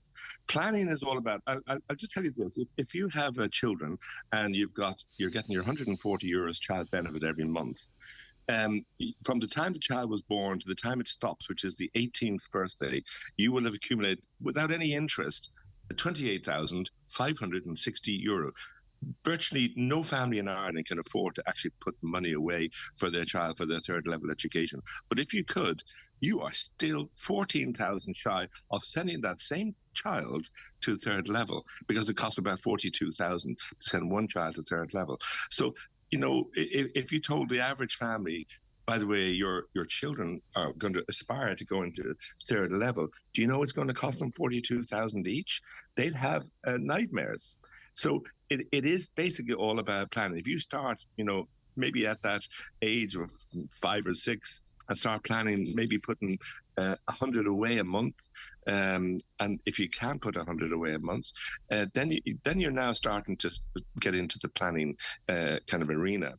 And I think that's why budgeting is so important, because you have all the categories, and you be truthful to yourself. You put them all down, and at the end of the day, if your expenditure every month exceeds your income, you've got 3 choices: earn more, cut costs, or prioritise. And I wonder too, John, how many people who, Ulster Bank customers listening to this, were switching banks and discovered 2, 3, 4 direct debits, the old insurance policies for a phone that they had 7 years ago, whatever it might be, a double payment to Amazon because they tried to book something or buy something off the US store and didn't realise they were these examples. I wonder how many people have actually had, without being forced to because of switching banks, have actually looked at their bank account and see what's going out. How much is it per month versus what's going in? Something as simple as that. This is what I'm saying about the 2 hours a month, Greg. That kind of thing will come up, because what you're going to do with those 2 hours, you're going to actually check your statement, your bank statement, or go through your phone or your laptop and see, what transactions occurred on your account. And then you say, what is that payment there for? And that's how you'd find out. But yes, you're absolutely right with the kind of the loss of Ulster Bank and KBC.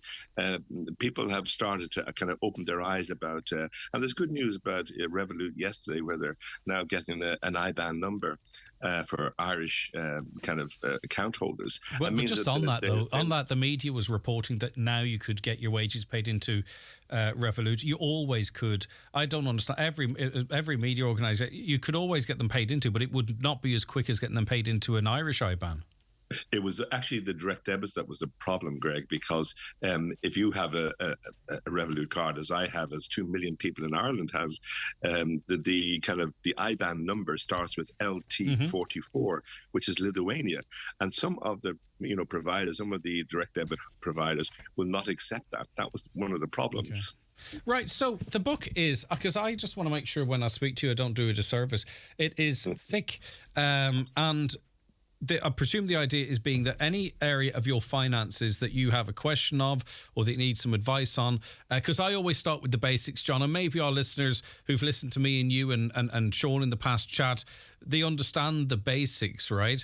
But it's always worth reminding, because I'm only starting to cop this stuff on myself, and I'm sure I'm quite normal. Yes. But it's for the starter, or for those that are looking to even... frozen on me, Greg. Yep, I should come back. But what I'm saying is the book... Can you hear me now, John? Can you hear me, John? Okay, I'll tell you. Yes, I have you back. Yeah, so what I was trying to say is that this starts from people from the basics down to the very first initial bit of advice about budgeting, but it gets much, much deeper and answers an awful lot of questions, John. So tell us a bit more about what's in the book. Okay, look, I'm a personal insolvency practitioner, so those people who are still in trouble from residual historical debts, they will still need, some of those will need to kind of go and see where can they find out about Personal Insolvency Act. Well, my book has a whole chapter on personal insolvency, and therefore I can't take that out of the book next year, because there'll be somebody who'll buy the book who want it for that specific purpose. There'll be people who won the lotto. There'll be people who have got investments that they want to know about, and they want to find out, what a pension is, for instance. We're on a pension time bomb, for instance, Greg, and I'm sure you're aware of it. And then they were supposed to be bringing in auto enrollment at the end of this year. It now apparently is not going to happen until 2024. And it's like 20 years too late. So again, the book covers pensions. It covers, as I said, the A to Z of personal finance. No matter what you want, you can dip in and out. In fact, Gay Byrne, God rest him, he was one of the endorsements when he was alive, sadly. But he had a very nice endorsement which he allowed me to print, and it was this is a very terrific book, written in a very user-friendly way that you can dip in and out of. And the dip in and out of is the important part, because no one's going to. There's only one man I know who got it over a weekend and read it from cover to cover.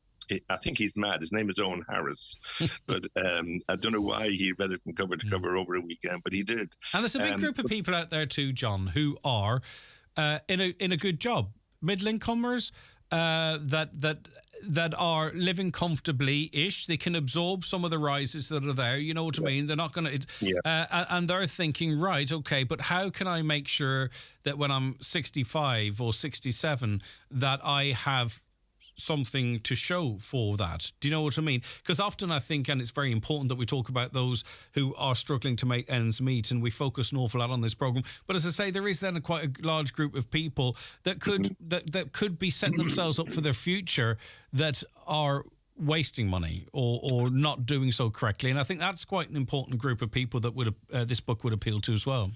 Absolutely, because it's as I said, it's actually back down to planning again, Greg. No matter, even if you have a huge surplus, you can plan, obviously, the third level education, no problem.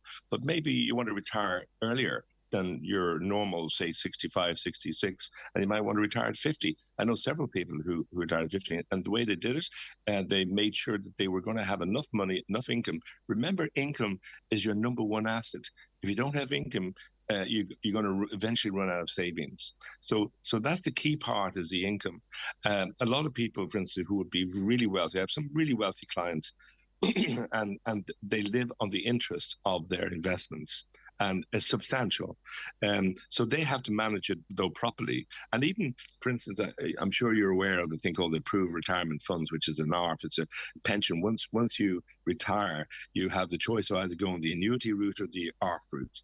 And the ARF route is still something that you need to manage even after you've retired. Because I'll give you one instance of a lady who came into me 8 years ago. She put an investment of about 212. It was an AVC she had, 212,000. She then drew down 94,000 over the following 8 years. And that was, between imputed distributions, that's the 4%. She was 65. When you hit 70, you've got to draw down 5%. And then there was annual management charges of about 1.5%. So 5.5% was coming out of that fund every year from day one. And then when she hit 70, 6.5%. So that 94,000 represents. So I asked her, how much do you think is left in your fund? And she said, about 130. I said, no, you've got 224,000 left in your fund, because she managed it. She put it into kind of aggressive but very successful funds and made more money than she actually was taking out. What's the least you could invest that could make some material difference into the future? Say someone has $5,000 or $10,000 or $15,000. Is that investable? Like, you'll get offers of where people will say, give it to us and we'll invest it in shares and we can, there's no guarantees, but we might be able to deliver this, that and done. Like, for people who have that amount of money sitting there, the interest rates in banks are not worth talking about at the moment, although improving. Like, you talked of that lady who had a nice little nest egg of 200-odd thousand. But if someone is listening with 5, 10, 15, 20,000, can that be turned into anything? Yes, it can, but you've got to bear in mind, think of Warren Buffett. He's 93 next May. And Warren Buffett had a great one-liner. He said, the stock market, which is the best asset class, by the way, of them all, better than property, better than, deposits, obviously. You mentioned they've gone up recently. The Bank of Ireland, their regular saver account went from 0.25% to 0.75%. Still, as one model would say, not enough for me to get out of bed. But Warren Buffett, he said, the stock market is a mechanism for transferring wealth from the inpatient to the patient. So if you have your 5,000 or your 10,000, don't think you're going to get rich quick. It's a long-term investment, any kind of stock market investment. Minimum 5 years. Generally, when you go into a stock market investment, there's a penalty for withdrawing in the first 5 years on a reducing basis. So in the fifth year, it might be 1%.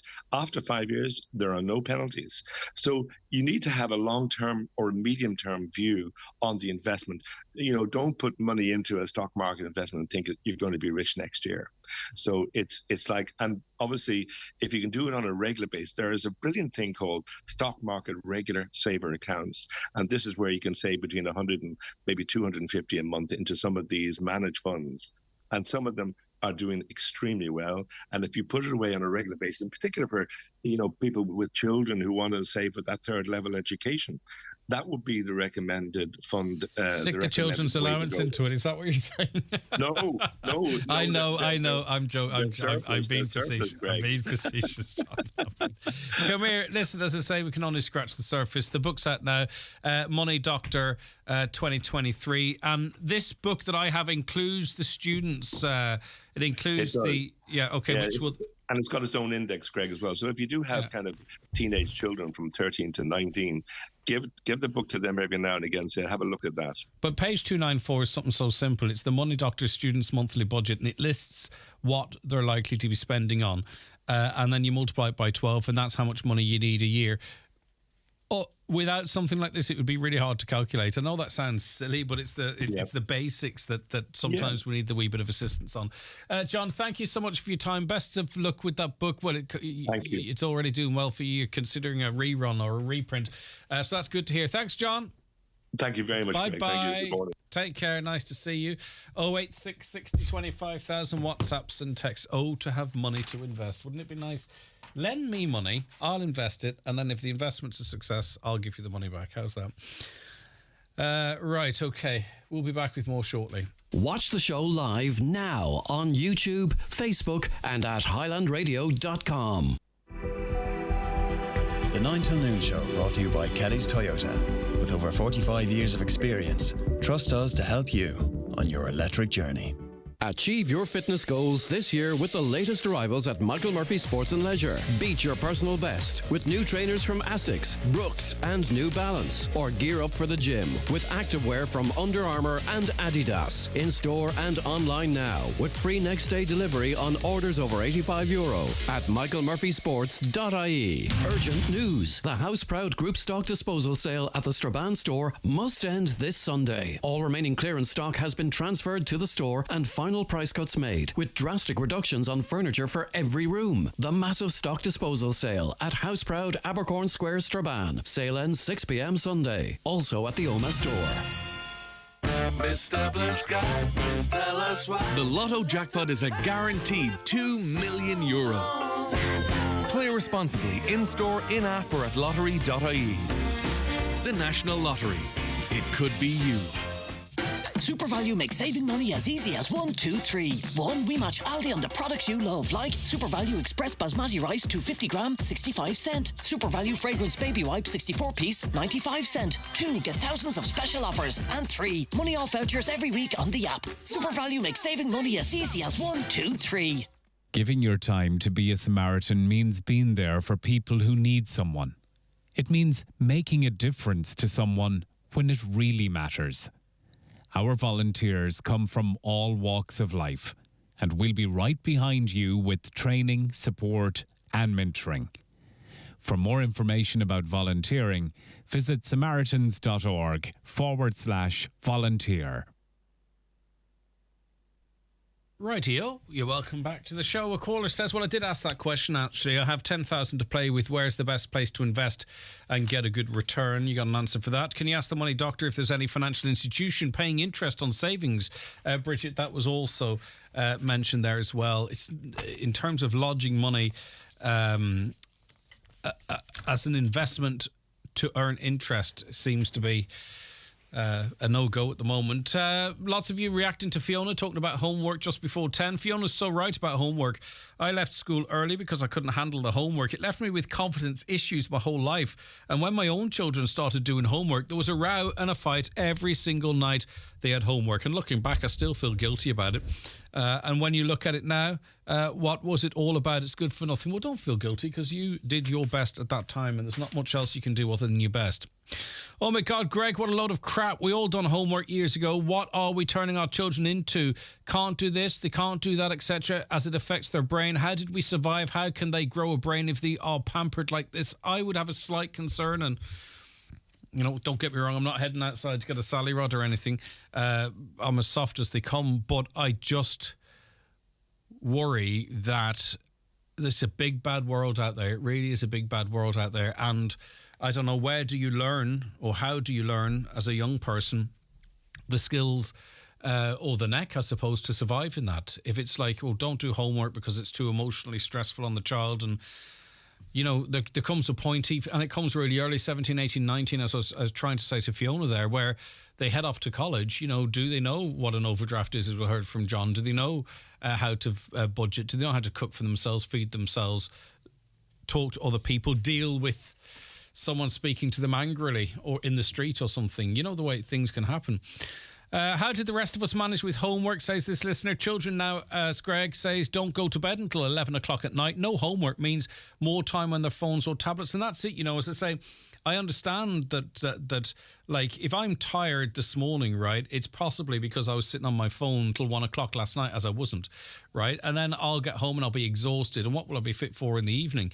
You know, like, if we're saying, oh, the kids are too tired at night, well, let's make sure they're going to bed at a good time first with no screen time. And then if they're still tired at night, go, right, well, maybe school's too tough. But if we're being a bit slack in the evenings and they go to bed when they want to, and we don't know really what time they go off their phones, and then they're going, I don't want to do my homework at night, and we're going, bloody schools. Is it the schools or is it us? I don't know. As I say, I just want us to have a broad conversation, right? I don't have a particular view on it, but I just want to open the conversation out because I feel to some extent what we're doing at the moment isn't working. A caller, though, believes homework is a complete waste of time, especially for primary school Waynes. The pressure of getting homework done in the evenings when both parents are working brings such stress and tension into the house. Homework, especially for primary school children, is absolutely ridiculous. We appreciate your text there. Part of the problem with homework for younger children is that all the teaching methods used today have changed so much from when parents were at school, and sometimes we're doing more harm than good. Yeah, indeed. It's a tough one because they're looking for your help and you're not fit to help them.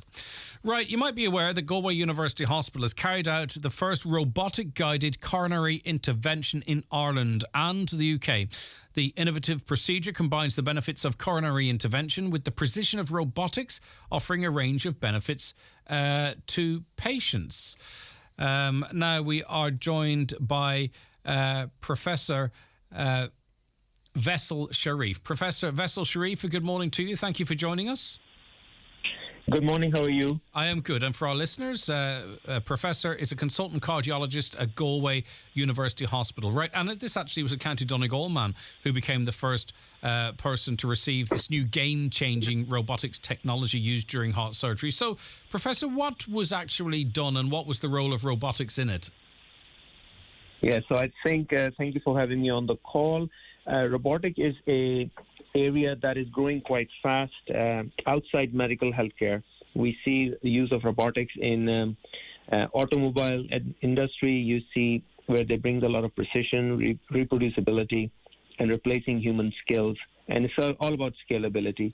We're seeing more and more use of robotics coming into medical healthcare. We have seen it being used in procedures around urological surgeries, around the kidneys and prostate. And more lately, we're seeing its application in other areas such as heart. we've been using coronary stents and placing coronary balloons and stents in humans for nearly 30, 40 years at this stage. But the robotics bring in an additional benefit where we can place these stents quite precisely into the blood vessels and help us accurately measure the length of the blockage. So therefore, you don't oversize or undersize, and it takes away that error out of the human eye. So now, is the robotic element of this at the complete control of the surgeon, or is there any autonomy there? Yeah, so I think it's a little bit remote, but not too far away from the patient. So the operator, which would be the cardiologist who sits outside the area where the surgical room is. So it's a control room which is just beside it, and it's covered with glass. So you have complete visibility of the patient. The robotic arm is where the physician is supposed to be. And through this console, you can advance the wires and balloons and catheters into the coronary artery. So that's the actual innovation around it. And Professor, theoretically, could this be done even more remotely? You know, I mean, I don't know if there would be any appetite or need for it, but theoretically, could the surgeon be in Dublin whilst this operation is taking place in Galway, for example, into the future? And do you anticipate that ever happening? Yeah, I think that's a great question, because I think if you look outside the box, the biggest challenge is that patients from Letterkenny have to travel 4 hours to get to Galway, and they have to leave 4 a.m. to be here at 9 a.m. And then once they get their procedures, which may take 11 o'clock in the day or 1 o'clock, and then they have to recover for 2-3 hours, and then they have to go back on an ambulance for 4 hours. So I think it's quite a lot to take for the patients for the procedure. And one of the key things in this is the remote access. Now we have to be very safe about it, and we need to have the basic structures in place. You mean the operating rooms and staff that is adequately trained. But the surgeons can potentially be remote in Galway and do procedures in Sligo and Letterkenny. However, this needs more research and needs more investigation. And I think we are now working with the industry and Science Foundation Ireland to understand how can this remote possibility can be attained. So, I mean, obviously then theoretically we could have a situation with a support team that someone in Letterkenny University Hospital could be potentially operated on by like someone from yourself based in Galway.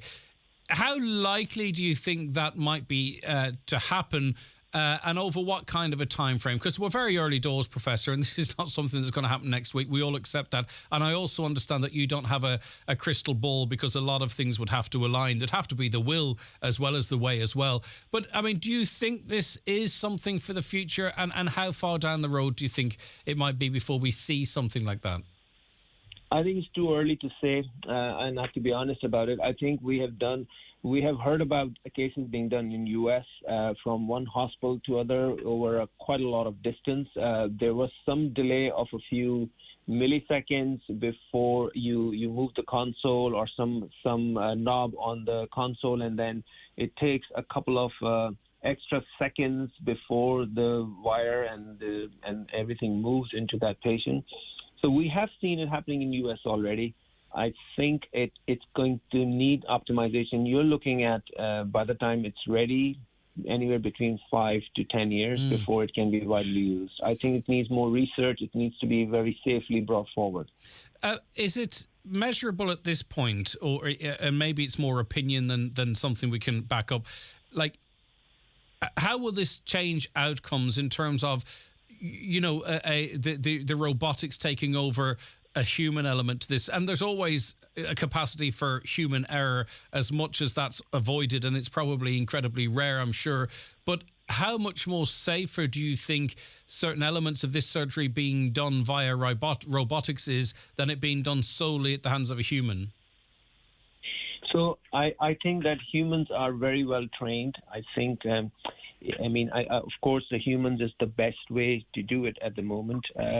The operating arm that is being brought in to bring more precision and potentially more speed into the procedure and also reproducibility of the procedure. But if you look at a bigger country like US, you have centers that are very high volume, so there's very high skill sets. But then there will be some centers, there will be low volume, and the skill sets will be quite low.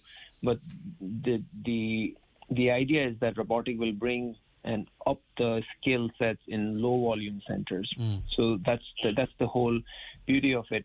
I think from in terms of being able to do it remotely, I think robotics has made it will make it very safe. I'm pretty sure about it, but I think at the moment we are in the early phases of adoption, and it's going to take some time to know how safe or faster and what are the real benefits we're going to have from this therapy. Yeah, caller says, what happens if the internet crashed during surgical procedure? Well, that's not an issue at the moment, but presumably if we ever get to a point we could effectively have hospitals hardwired together.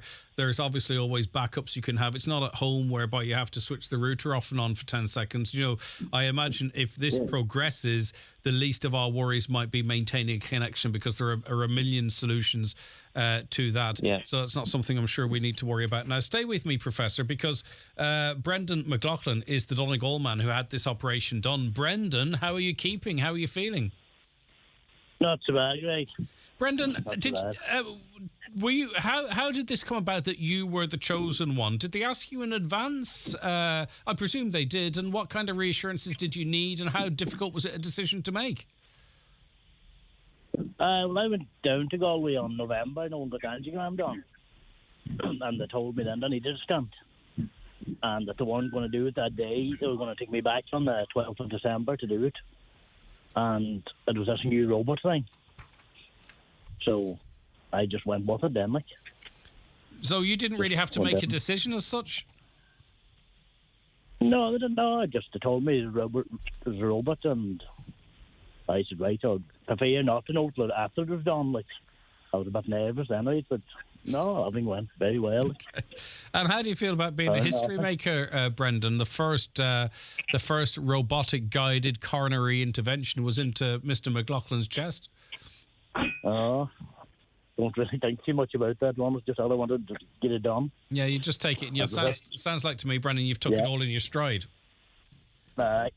And how are you feeling? Good. Good stuff. That's the main thing, isn't it? No, really? very good. There was no pain, no nothing, mate. Like. Brilliant. Okay. I didn't even know it until they told me it was finished. Right. And found nothing. Like. All right. Good stuff. And it was a success for you. Do you feel better for it? I do, yeah. Good stuff. Yeah. All right, Brendan, keep it in. Thanks very much. Good man. Fair play to you, Brendan McLaughlin. When do you think the next type of operation like this will be, Professor? Like, is this going to be factored in going forward, or was this a once-off and requires more analysis and investigation? Or what's the future hold, Professor, in the more short to medium term? So I think it's about adoption. I think change is difficult to bring in any part of healthcare. I think we've done 3 cases already. They were done before Christmas. On the next Tuesday, we have 3 more cases. And then on the 7th of February, which is another Tuesday, we have another 3 cases. So I think we were talking to Brendan as to why he was picked. I think you need to look at very particular anatomy. You need to look at lesions which are very straightforward, not complicated, something that can be done with robotic. You need to realize that we're all new to it and we're learning a new technology, a new way of doing things. So we wanted to pick patients who would be very suitable and safe for their outcome and for the staff to know that this can be done safely in our hospitals. So I think that's why people like Brendan were chosen. And I think we're being very selective as to who we choose. Based on anatomy, and then patients are given the information. And essentially, from patients' perspective, there is nothing different. It's just that it is a hybrid procedure, partially done by the cardiologist, partially done by the robotic arm. Well, look, I mean, the reality is this is going to become the norm in the future. There's just no doubt about it, because that's the direction of traffic. What excites you most, Professor, finally, then, about this type of technology, robotics, merging with, the human skill set in medicine? Like, is there something that you look to the future and go, wow, this is going to be awesome? I think the future is quite exciting. I think What's exciting is that we're at the very early stages of using robotics in cardiac interventions. I think the potential is that we'll be able to do more complicated, complex cases more reliably, reproducibility, and I think with information that we get from these robotics as well.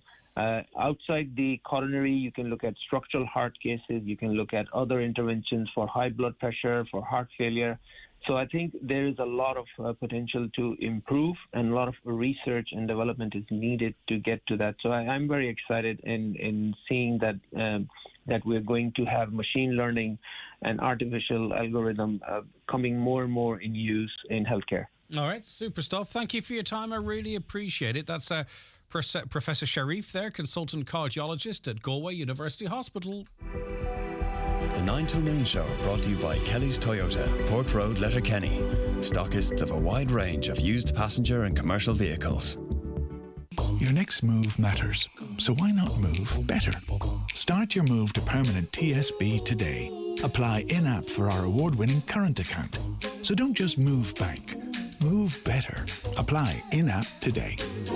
Applications for Explore Current Account in-app for over 18 personal customers. Qualifying criteria, fees and charges, terms and conditions apply. Awarded bonkers.ie Best Current Account 2022. Permanent TSB PLC is regulated by the Central Bank of Ireland. Sheridan Security now introducing Zero Wire Smart Alarm Systems. Zero wire, zero mess, and a real peace of mind. With a simple press of a button, your alarm can be set or unset, or download the free app and control it from your phone. Call us today on 074 912 6025 and get your alarm from €299. Stay local, stay safe, and protect what you value most with Sheridan Security Systems. Farmers know all about running a busy operation. They have their own instincts to help, of course, as well as centuries of experience handed down from one generation to the next. And then there's new ideas and innovations that are helping farmers work smarter today and safeguarding their farms for tomorrow. AXA Smart Farm Insurance is here to help too. In fact, it's the only policy where you can benefit from discounts of up to 30% if you have a low claims record. For a quote, search axa.ie/farm. AXA. Know you can. Terms and conditions apply. Claims free in your farm for the past 3 years. Windscreen claims are excluded. AXA Insurance DAC is regulated by the Central Bank of Ireland. Are you worried about trees on your property? Northwest Forestry Services Ballybuffet are fully insured and have over 40 years experience in dangerous tree removal, tree felling, surgery and stump grinding. For peace of mind, call Northwest Forest Services Ballybuffet for a no obligation quotation on 913233. Highland Radio weather updates with Ireland West Airport. Salah, Nunes, the Beatles. You can now fly to Liverpool 8 times a week with Ryanair this summer. Ireland West Airport. Don't just take off, take it easy.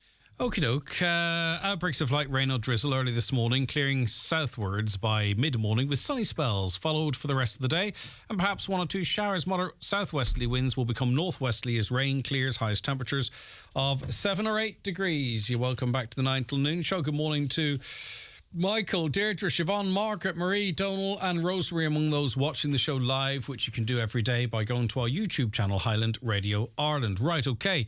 As I mentioned earlier on in the show, we were informed that NowDoc is moving from its current location and is being relocated. And Councillor Michael McClafferty learnt the same information and joins us now. Good morning, Michael. Morning, Greg. Right, okay, so what is the circumstances of NowDoc's departure from their current premises? Is it a... Go ahead. Sorry, Greg. No, what I've learned at the moment this morning here, and there's more information actually starting to come there to speak. What I've learned this morning there at the moment, that staff were told yesterday evening, they weren't actually told, they got a text message yesterday evening from NowDoc Management, or the NowDoc Management, that the premises has to be vacated. And the reason for this is that the lease is not being renewed. And now I've heard 2 things this morning. I've heard, first of all, that it's been vacated by the 31st of March. I've just heard in the last number of seconds before going on to speak to yourself there, another date of the 3rd of March. But either way, anyway, it seems to be happening in March. So the situation, Greg, is at the minute, the doctor or the GP, the doctors in question and the drivers in question, they are being moved, relocated up to the hub across from the Kilkenny Hospital in St Conal. From there, they have a place in there, seemingly, or they're getting a place. They're moving into there. And then, but as a consequence, then there's 60 or so staff then associated with NowDoc and so on down there across the shifts. They have no confirmation of what's happening to them. So we're talking about nurses, we're talking about administration, we're talking about call handlers. Where are they going to go? There's no word what's happening to them. They don't know where they're going. They're left in the dark. Well, the timing is a wee bit interesting then, so, because as I say, in the absence of a formal response, this is as CareDoc is reviewing the situation at the moment. One of the fears is that no jobs would be lost, but people would be redistributed within the health service. It's kind of looking like what is part of the discussion document until such time as we hear otherwise. Well, you're 110%, Greg. You're right. Until we hear confirmation, on the record confirmation, otherwise from the HSE or NowDoc or whoever's going to stand over and give it. Until we hear that, those staff don't know what's happening. We don't know what's happening. The county doesn't know what's happening. For example, what's happening at the moment now in another county, take for example Louth there, up that area, Louth, Robotic, etc. What's happening there? There's no proper surgery at the minute. You go to see a GP of the day, and you have two options, depending on what GPs wherever they get. One of the options is going into a B&B. The other option is going into a hotel, and the B&B of the day or the hotel of the day is just a room that they book. It's not the same B&B, it's not the same hotel, I'm told, that you go back to all the time. It's just wherever the doctor gets booked at the time, and he carries out the surgery and that. And that's the type of situation that we possibly could be facing here in Donegal, as we're all aware this last while as well, Greg, of the situation of things getting moved to Carlow. We seem to be very much following down the same trend now as the Guards are doing at the minute, where there's going to be a central base down in Galway, and it's going to be, if CareDoc takes over, the same thing's going to happen here. I'm also led to believe what's going to happen here as well, if CareDoc is to now go ahead to take over, Greg, that you're going to be faced with one, possibly two GPs on a night to cover the whole entire of Donegal, the whole of Donegal, 1 to 2 GPs expected to cover the whole of Donegal, based from a phone service in Carlow. And as we learned as well, they're going to try and triage whatever they can. That means obviously trying to sort out whatever's wrong with you over the phone, which is impossible. No doubt that'll lead to Zoom through time, a Zoom call as well. I imagine I can envisage that coming up eventually as well. But this is not going to work, and this to be honest with you, for a better word, this stinks this morning. This is cruel. It's underhanded. It's undermining, and it just comes at a very timely situation when NowDoc and all this has been talked about. And no doubt, what's going to happen here now, Greg? These 60 staff will be offered to relocate. But to where? Dublin, Cork, Limerick, wherever, within the health service. Well, we need to find out if... I mean, let's face it, CareDoc's also already very heavily involved in NowDoc. They employed the GPs and all. The fear is that it would be a service operated out of vehicles, effectively GP in a car kind of a situation. People couldn't get in to see a doctor. People would be sicker over the weekend, have to wait to see their own GP if they get an appointment, or head up to the ED. We need more information. Okay, listen, thanks for helping us get that out. I appreciate it, Councillor Michael McClafferty. I thought there was a recent meeting between HSE, NowDoc, CareDoc and public representatives. I'd be very interested to hear what actually was said at that meeting. The 9 to Noon Show, brought to you by Kelly's Toyota. Test drive Ireland's best-selling hybrid electric range at our showroom, Port Road, Letterkenny. From the morning routines to cosy family moments, Grant has been bringing comfort to homes for over 45 years. With our biofuel-compatible condensing boilers, heat pumps and underfloor heating, you can trust Grant to heat your home now and into the future. Think heating, think Grant. Visit grant.eu. Us pigeons see everything when we're flapping around up here. Well, almost everything. See, burning certain fuels releases invisible toxic pollutants, which can trigger asthma and lead to serious illness. So, if you're going to light a fire in your home, make sure to use low-smoke fuel. Oh, and never wing it burning rubbish. Choosing low-smoke fuel is better for all of us. Let's clear the air for everyone. And remember to clean chimneys and heating appliances at least once a year. Brought to you by the Government of Ireland. Don't know if you know Alice and Pat. Late 40s, couple of kids, been together 17 years. Never married, of course, but that's not a problem. Until something happens, and suddenly words like unmarried, inheritance, and substantial tax bill enter the equation. You never need proper estate planning. Until you do. That's why the experienced team at McElhenney & Associates are here to help. Find us online or call 074 917 5989. McElhenney & Associates Solicitors, Stranraer. Get ready for Ardra's first festival of 2023 from Friday the 3rd to Monday the 6th of February. Their country and western festival kicks off with Patsy Kavanagh and Shuni Cramsey in concert on Friday. Afternoon entertainment with Gypsy Rovers, and on Saturday night, Elaine Boyle and many more acts. The Country and Western Festival, Ardra, St. Bridget's Bank Holiday Weekend. Lots of accommodation available. See ardra.ie. Check out these special offers at Simpson's Supermarket, Letterkenny. There's Kellogg's Cocoa Pop 720 gram, €3. Lions Tea Bags 240 pack, €5. Fire Lighters 60 pack, €2.50. Diet Coke cans 8 pack, €4. Bird's Eye Chicken Dippers 22 pack, €3. Plus lots of other special offers in store. While there, check out Peggy's Kitchen Cafe for great food, teas and coffees. Only 2 minutes from Letterkenny Hospital. Simpson's Supermarket. Great value every day. The county's #1 talk show, The 9 till Noon Show on Highland Radio. Okay, it's just after 11 o'clock. Let's get a news update and say good morning now to Donald Kavanagh. Thanks, Greg. Good morning. Well, as you've been hearing on the programme in the past few minutes, it's reported this morning that the Nowdock base in Letterkenny is to move. We understand staff were informed by text message last night that in March, the current premises at Old Town will be vacated and doctors and drivers will be based at the hub on the Kilmacrennan Road. No clarity has been offered, we understand, to other employees.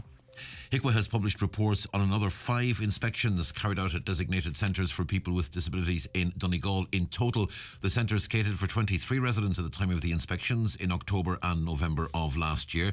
The inspections were part of a review of all such centres in the county due to concerns about overall governance and oversight of HSE centres in light of the findings of the Brandon report. Some non-compliances were noted in 4 of the centres.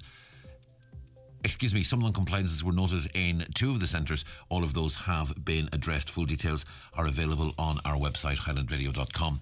The Taoiseach will tell Lebanese officials today that those responsible for the killing of Private Sean Rooney must be brought to justice. Micheál Martin is in Lebanon with senior army personnel. He's visiting Private Rooney's colleagues in the 121st Battalion. He's also having meetings with senior UN personnel.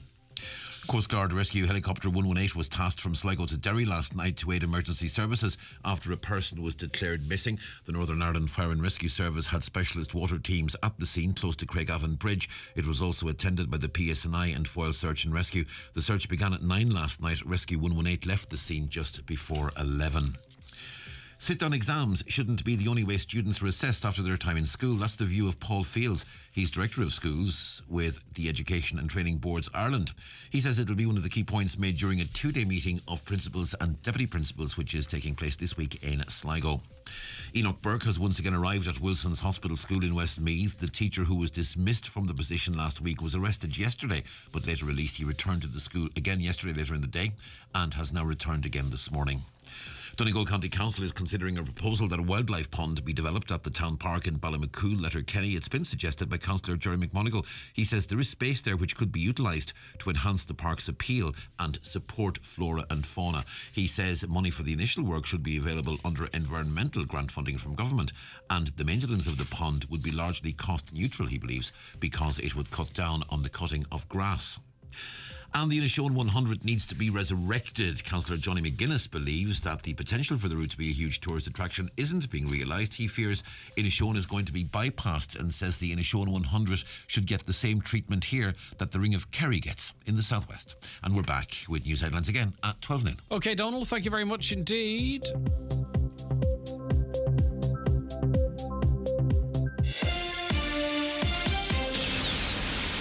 I'll never forget the first time we arrived at our beautiful lodge. Our cosy base for the next week of fun. We cycled through the forest for hours And whooshed down the rapids. Again and again. And again. Remember when Dad couldn't even hit the board at archery? And when the ducks wouldn't stop following our boat. We'd never giggled so much. It really was something special. And that's why we love to go back. Start your story today. Centre Parks Ireland. Family forever. Book now at centreparks.ie. All right, so caller says, read that meeting. The HSE promised the TDs and councillors the sun, the moon and the stars, and they lapped it up. Waking up people, a private company will not provide a better service. Donegal patients will pay the price for this move. There's already a public-private element to it, but I do understand where you're coming from.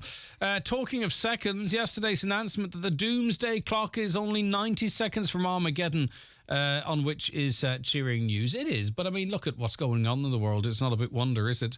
My understanding is the doomsday clock. It's not a real clock, of course, but there are Nobel Prize winners and other academics and what have you that meet up annually, and they have a discussion about how far we are from complete annihilation on the planet, which is not something I'd like to be involved in, either deciding or the annihilation. And they decided to advance the clock. I think, is it 10 seconds? It can go back the way as well. But obviously they were factoring in climate change. What else were they factoring in?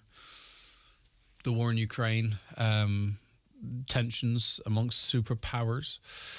Right, okay. Why are NowDoc having to move out of their premises in Old Town? Is it for the betterment of the service? No.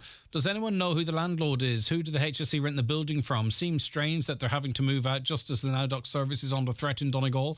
It really is, because we need to... people might feel that they'll go, well, look, we can't find a premises to house all the staff, so we're going to have to adjust how we do things and... Homework, says this listener, feel teaches time management skills and self-discipline. I do think some teachers ask too much, but believe a certain amount is beneficial to learning.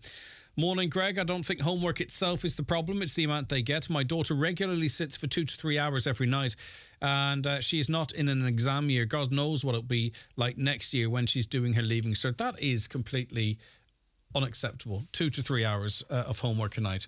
It really is. We as adults wouldn't accept taking 2 or 3 hours work home with us. I do recognise some do that, and some of us have a kind of a blended approach whereby you're never really off the clock. But generally speaking, across the board, people leave early before the junior cert, or leaving affects later life. People leave early before I left after the junior cert. Saw Barry Cowan, Fianna Fáil on TV last night defending Paschal Donoghue, Fine Gael minister, who was caught out by the media. They are all sorry when they get caught out and wish it never happens. What a line is taking the people for fools. Well, how would you not get caught out? You'd do an audit of everyone in the Dáil, wouldn't you? That's what was proposed to the government. They said, no, we shall not do that. And then Eamon Ryan, the same question was put to him. And he says it would take up too much time because lots of people would have the same problems that Paschal Donoghue has. It's funny, isn't it? Okay. Right. Now, the HSE's National Screening Service, National Immunisation Office and National Cancer Control Programme have joined forces to develop Ireland's roadmap to reach global targets for the elimination of cervical cancer. We're joined on the programme now as part of Wellness Wednesday. Dr. Sarah Fitzgibbons, primary care clinical advisor with Cervical Check, and it is to mark Cervical Cancer Prevention Week. Good morning to you, Doctor. Thank you very much for your time today. Good morning, Greg. Nice to talk to you. Where are we at the moment in terms of cervical cancer and how many people it affects? So at the moment in Ireland, roughly around 300 people per year are unfortunately diagnosed with cervical cancer. And that works out as a number that is around what we call 11 per 100,000 people. And what the WHO have identified and what we've launched this week in terms of our pathway towards it is that countries, if they were to get their rate to below 4 per 100,000 people, then they're describing that as the elimination of cervical cancer as a public health problem.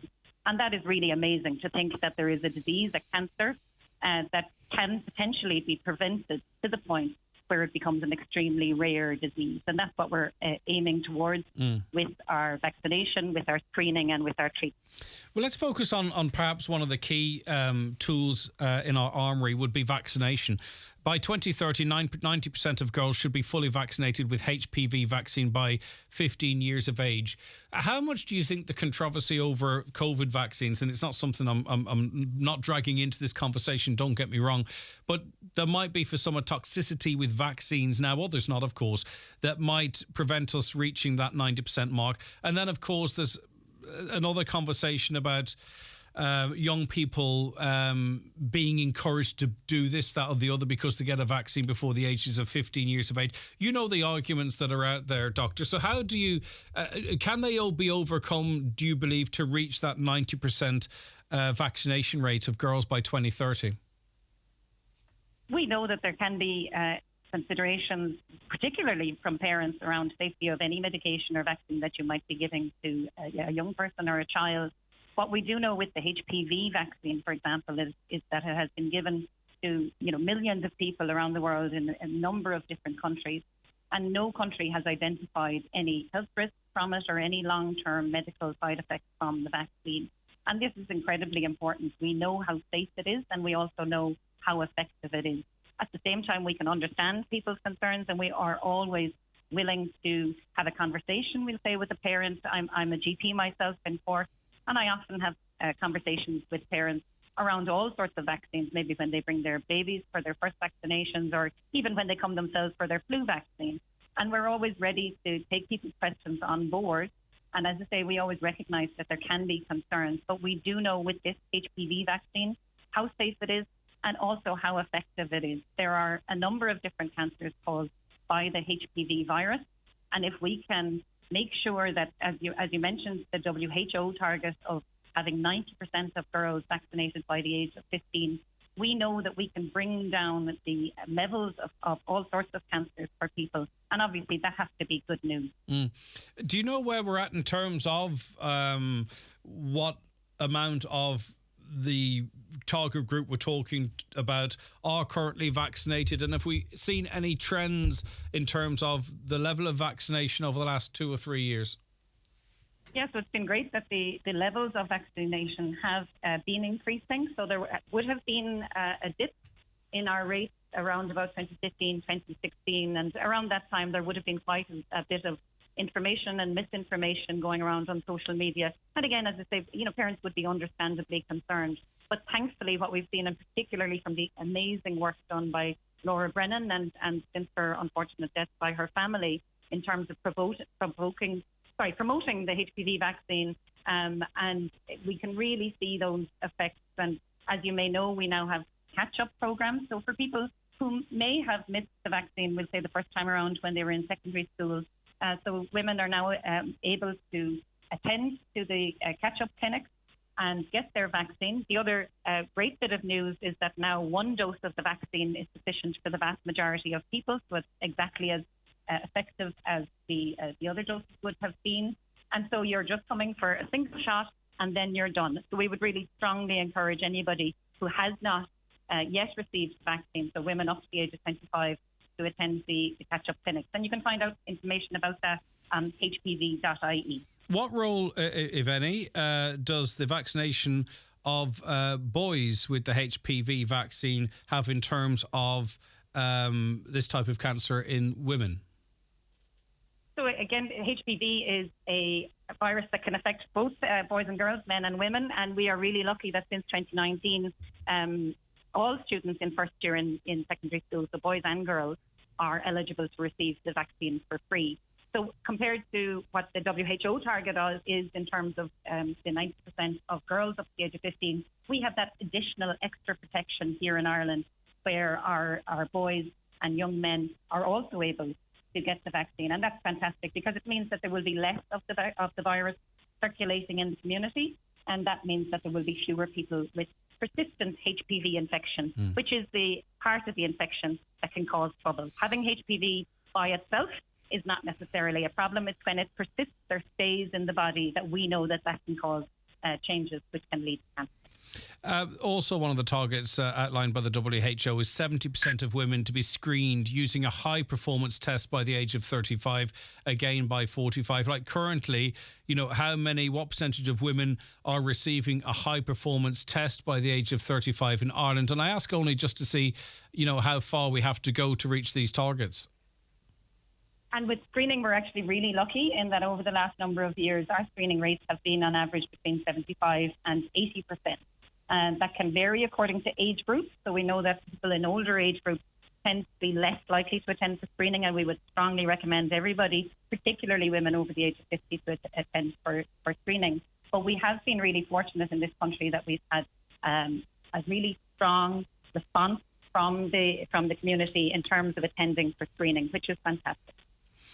And the other target outlined, 90% of those identified with cervical disease should receive appropriate treatment. I mean, you would hope it would be 100%, but again, and we're all too familiar with the awful situation so many found themselves in recent years. Again, are we on the road to meeting that type of a target here in Ireland, I wonder?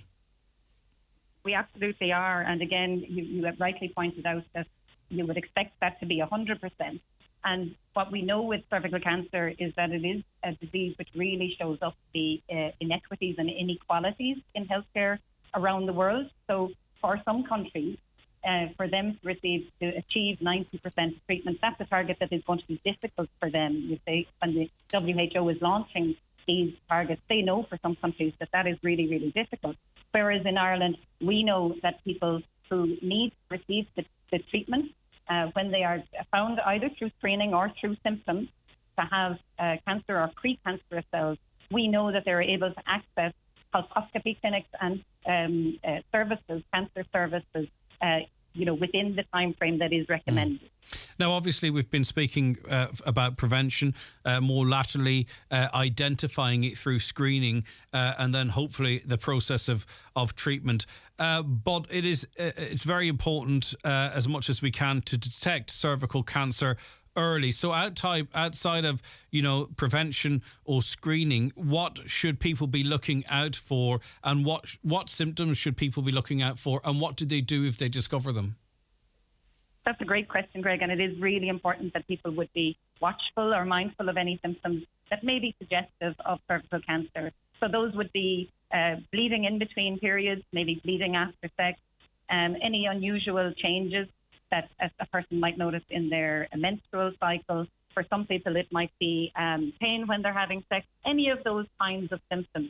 They don't mean that it's necessarily definitely cancer, so we don't want people to be worried, but we do want people to come and attend either their GP or their practice nurse and discuss the symptoms that they're having. And that's really, really important.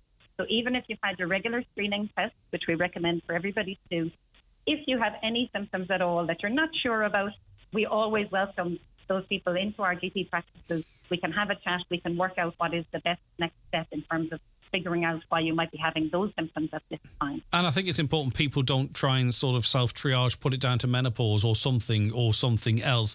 If people are having the issues you've outlined, you speak to a medical professional, they'll have additional questions that they can ask, and they will take it from there, whether to reassure you that it's one thing or to make sure it's not another.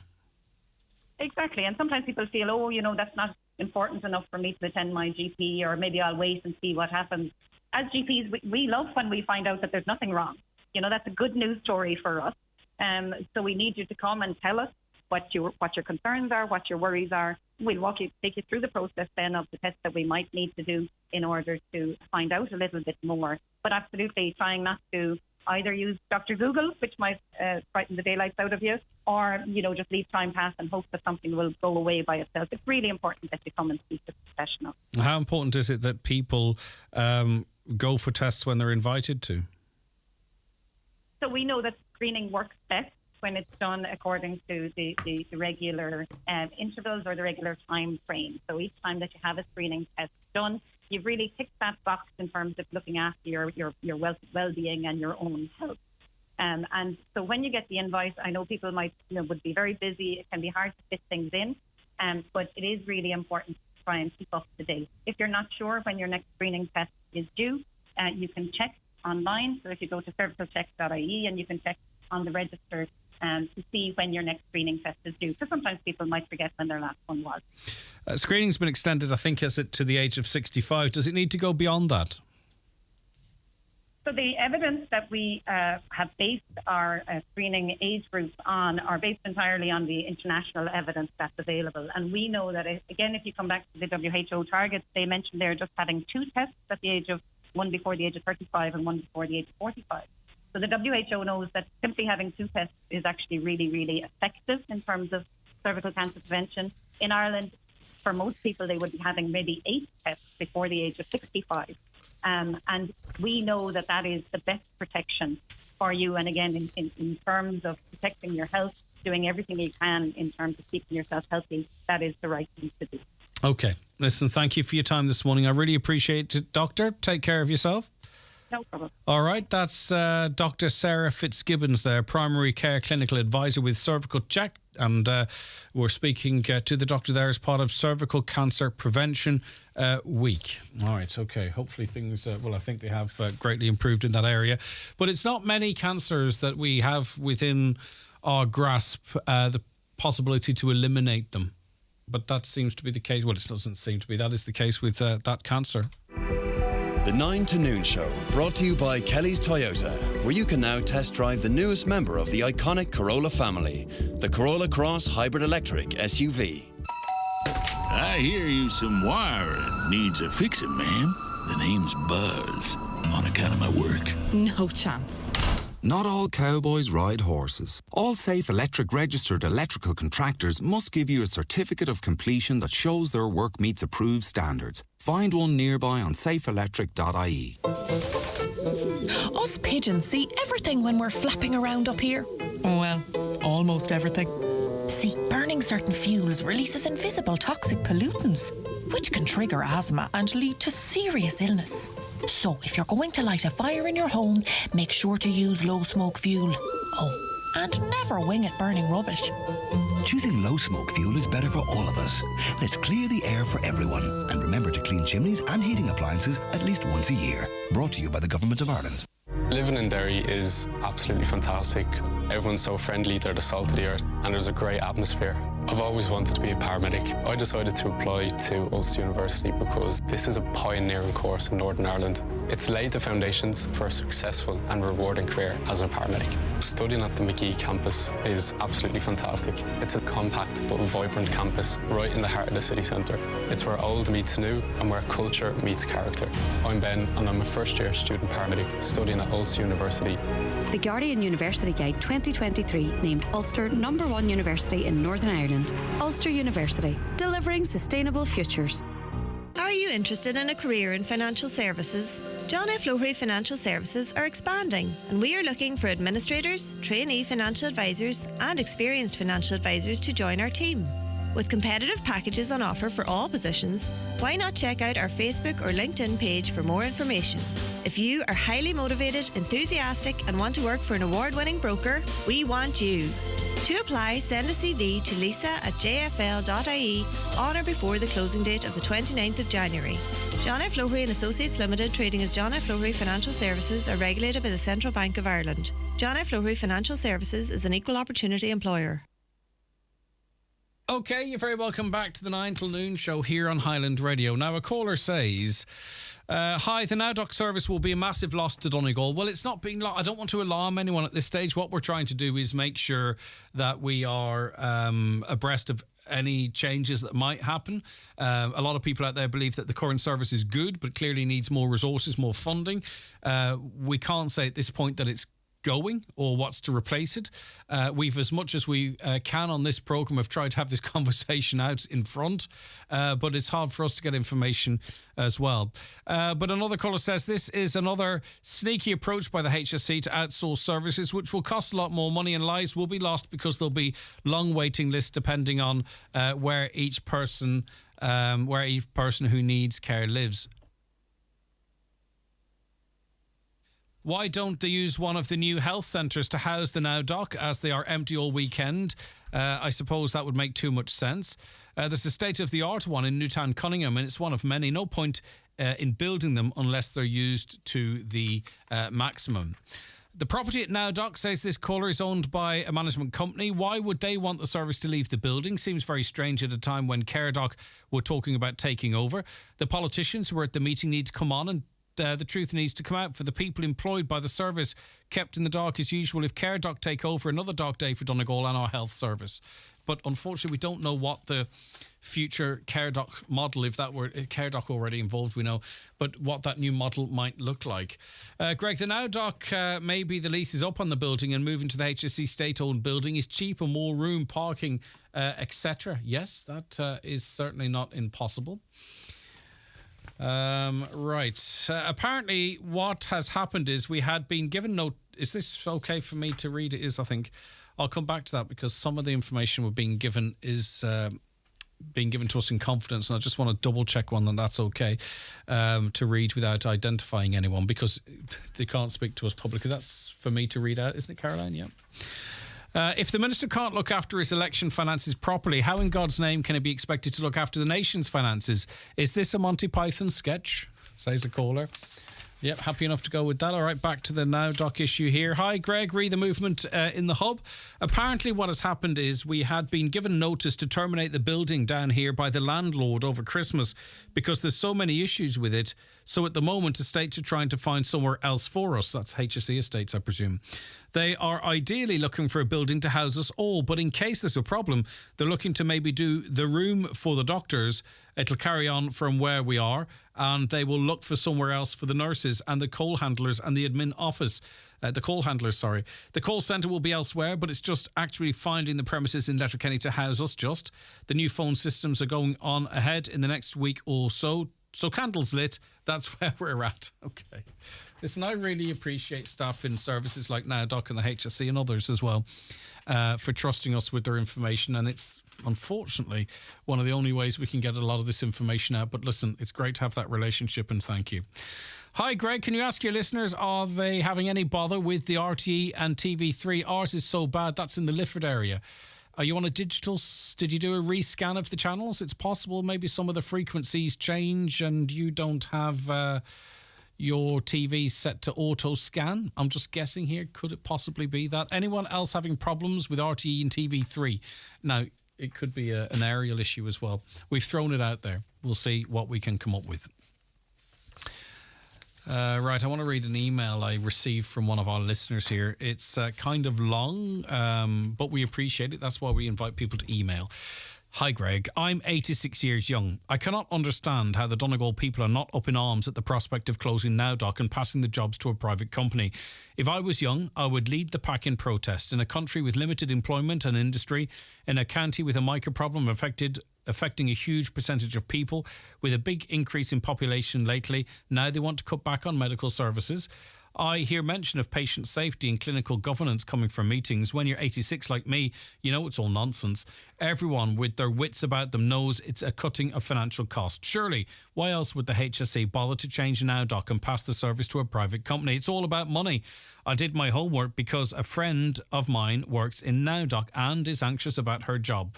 CareDoc did not perform well over Christmas. If you do the statistics, they had delay of callbacks of up to 9 hours, and a pal of mine in Carla was told the CareDoc service was overwhelmed and advised to call back the next day or contact their own GP.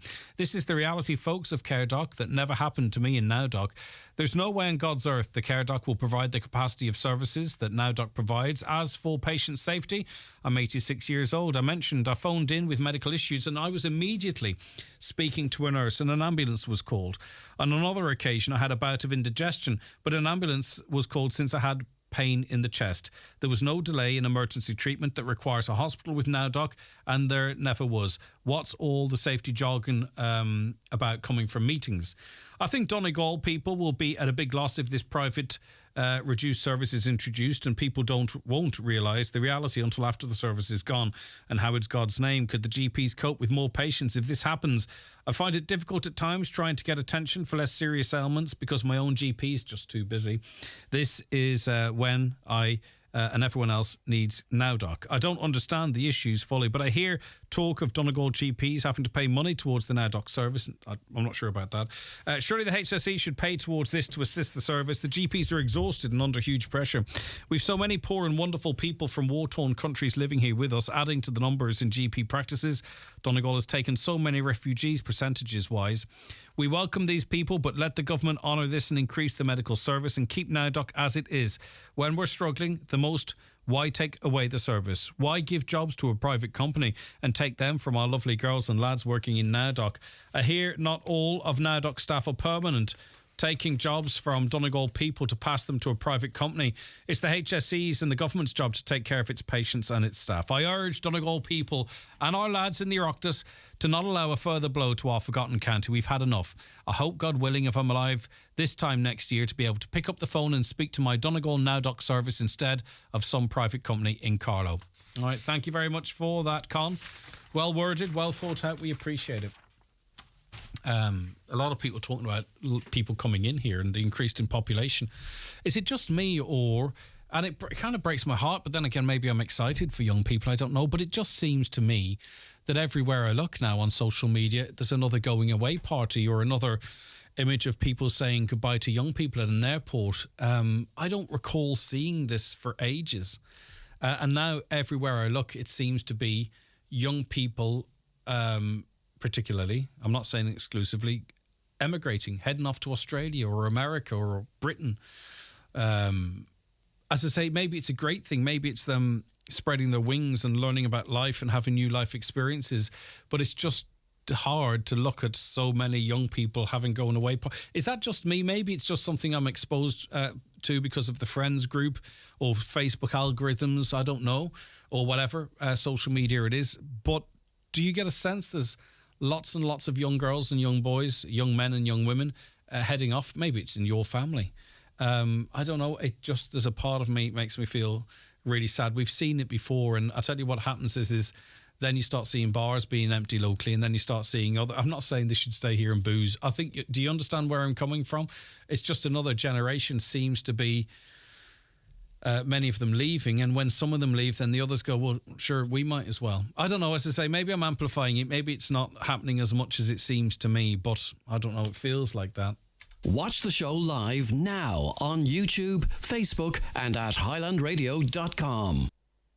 The 9 to Noon Show, brought to you by Kelly's Toyota, where you can care for your car with Toyota Relax, giving you a year's warranty with your service.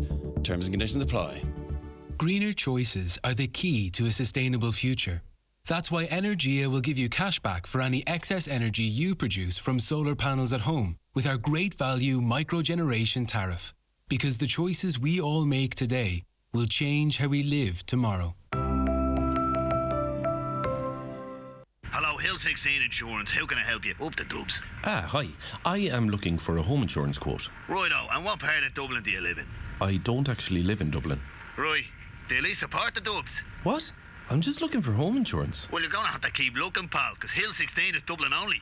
Get the feeling that your insurer doesn't want you? At Local Insurance, we understand your needs. Call today for a bespoke quote or find us online at localinsurance.ie. Local Insurance, we'll get you sorted. The Local Insurance Network DAC Trading's Local Insurance is regulated by the Central Bank of Ireland. Local Insurance is a tied insurance intermediary of Acorn Brokerage Limited. Acorn Brokerage Limited, trading as Acorn Insurance, is regulated by the Central Bank of Ireland. We at Highland Radio love Irish music, and we want to show our support. Throughout Irish Music Month this March, in partnership with Hot Press Magazine, we're asking you to support the Irish musicians, artists and bands who make every party, every drive home and every day magic. That's right. To celebrate Irish Music Month on Highland Radio, we're asking you to support Irish artists and musicians by buying Irish albums, Irish tickets, Irish t-shirts and Irish music merch. Irish musicians have shown that they are right up there with the best in the world, so let's support them by buying Irish. Proudly supported by Highland Radio, Hot Press, IBI and the BAI Sound and Vision Fund. Are you a Leaving Cert student, or are you interested in a postgraduate degree or Springboard Plus funded course? ATU Donegal's Open Evening has been rescheduled to Wednesday 25th of January from 4 till 7 p.m. at the Letterkenny campus. With the February 1st CO deadline approaching, there's never been a more exciting time to join ATU Donegal. Find out more about the 20 new CO programmes and talk to academic and support staff about your options. ATU Donegal's Open Evening, Wednesday 25th of January from 4 till 7 p.m. See you there. Business Matters in association with ATU Donegal's Faculty of Business. If you're an owner or manager in a food production business, consider the new 1-year Level 8 Higher Diploma in Food Business and Product Innovation. It's just one 3-hour lecture weekly. Call 9186600 or email gary.mcgill@atu.ie. Okie doke, it's Wednesday again. Can you believe Kieran O'Donnell, presenter of Business Matters, in with us. Kieran, good morning to you. Morning, Greg. How are you? How was your week? Very good, actually. Very good. Tell us what you did. Anything exciting? Well, I got back running again. Good to see the snow away, so we're out tramping the roads again, which is good. Yeah, unless you're a car driver or a pedestrian. Yeah, well, whatever. I'm only joking. I don't even know where you run, so I am actually only joking. Right, okay, so that's good. No pains, no aches, no broken hips, everything all right? Just glancing the clock. Okay. Right, okay, this opening evening at ATU Donegal, is this the rescheduled one, Kieran? Correct. The opening evening, Greg, at the ATU Donegal's Letterkenny campus, which was to have taken place last Wednesday, has been rescheduled for this evening between 4 and 7. So to pre-register online, go to Donegal ATU's Facebook page. I would say people even curious of that information should go along and see if there's something there that catches their interest. You know, people frustrated at where they're at or wherever it might be. Because, you know, the one thing, and I keep saying this, Kieran, and I apologise to you and the listeners, but you know the one thing about your entrepreneurs and the business people you speak to is that they made a decision at a point in their life, or they rolled the dice, or they took a chance, or they didn't listen to what people were telling them in terms of, you don't want to take that chance. Maybe all those things to an opening evening like that could be the all those things, and actually are my guest this week ticks a lot of those boxes that you mentioned. But you're right, I am looking at it as a sort of a fact-finding mission. Just go and take a look around. You don't have to commit to anything, but there may be something there that may spark something that may lead to something else. Yeah, because we do grind it out a bit. Yeah, you know, like, and our time here is precious. Yeah, do you know, but listen, and like the Donegal ATU has such a wide variety, and there are so many ways that you can get back into the system, and there's so much help there. So much professional help there. You know, it's a no-brainer if you're itchy feet and looking around and looking for a change. All right, Udaras Nageltukta supporting businesses, creating jobs. How was 2022 for the body? Yeah, it was really good. 945 new jobs were created in the Gaeltacht in 2022, and that is according to Udaras' end of year statement for 2022. The report for last year showed that more than €1 billion worth of sales were achieved by Udar-supported companies, and it also revealed that there are 430 people working out of the 27 GTech hubs, and with a few of those in the county, Terman and Gweedore come to mind. What was the net job gain, I wonder, though? Still up. It was still up. Was it? Okay. From memory, it was still up. It wasn't huge, but it was definitely on the plus side. All right, so as long as it's been maintained, excellent stuff. Right, Aldi is hiring. Yeah, Aldi has announced that it is to create more than 360 new jobs across the country. These new jobs arise due to ongoing expansion of Aldi's store network. It currently has 155 stores across the country, Greg, with plans for an additional 6 this year. And also, Aldi is set to increase its minimum hourly rate to €13.85 per hour. That will give them the first, the status of becoming the first Irish supermarket to introduce the new living wage from February the 1st. And my understanding is, and I'm not saying it's exclusive to Aldi, but it is a company whereby you can progress. There's career progression within it too, so that might attract some people. But as I say, I'm not saying it's a standout in relation to that. I just remember reading an article along those lines. Okay, record profits in the pharma world. I think this is probably going to be the most steady sector in Ireland going forward, because we see tech wobbling a bit, but pharma, people always get sick. Yeah, Vivo, the Dublin-based pharmaceutical services company founded by Chryslerman Cathal Friel, said it expects to report a record full-year revenues of £50.6 million for 2022. That's a 30% increase year on year. The company, formerly called Open Orphan, provides clinical trials and human challenge studies to large pharma and biotech companies. As part of its work, Vivo, which has around 300 employees, carries out clinical trials on humans, and I think it has really come to the fore as a result of COVID. Yeah, okay. People being supported to start their own businesses. Yeah, Donegal Local Enterprise Office will hold a Start Your Own Business programme in February. This programme will be delivered online over 8 sessions and gets underway on Tuesday, February the 7th. Each participant will be allocated up to 4 hours of mentoring to help develop their business plan and business idea. Cost of €25. Check out their social platforms for more details. All right, let's go straight on to what's coming up on this podcast. You kind of give us a wee sneak peek a little earlier in the conversation, but what's coming up? Yeah, Greg, on this week's Business Matters, I'm joined by the co-owner of Donegal Bees and Glencolmcille, Thomas Ellis. Thomas was a former carpenter and he set up the company in 2013, and Anya Curran became a co-owner 3 years ago. So Donegal Bees has the only wax processing facility in Ireland and a product range of almost 900 items. Donegal Bees won the Green Award at the Donegal Enterprise Awards for 2022, hosted by Local Enterprise Office Donegal in December. In this clip, I asked Thomas about his decision to ask Anya Curran to become a co-owner. Anya started working for me 2 years after I started off. Anya joined me as co-owner there 3 years ago. Anya was working the office for me at the time, and as we've grown, everything under us is growing as well. So Anya was managing the office team and everything that was happening there, and the more I looked at it, I thought, she's doing it anyways. She was a director while she wasn't. She was doing the job of it. So I offered it to her at the time, and we sat down, we worked it out, and she accepted. So now we co-own it and co-run it together. How easier has that made the task for yourself? Well, much easier for everybody, and it's great. We have 2 different ways of looking at everything, which is fantastic, because the worst thing we could ever have had is both having the same way of looking at it all the time, because we'd never grown or developed from that. The fact that we have such a different views on how things are done, we normally find a happy medium there, that what works, and we drive forward with it. So, Kieran, did you find out, or do you know what sort of the applications for beeswax are then? Look, well, a great day last Friday there, Greg. The way it started out, Thomas was a carpenter. He came back from Dublin during the last recession. He started making a couple of beehives for other people, and the third and fourth were for himself. So he started out, he invested €2,000. 1,000 was in equipment, 1,000 was on online marketing, and it has just snowballed over the last decade. Really, bees are astonishing, really, when you think about it. Yeah. It was only last week we were talking to a young fella who done really well at the BT Young Scientist, and it was just talking about the benefits of the bees' honey.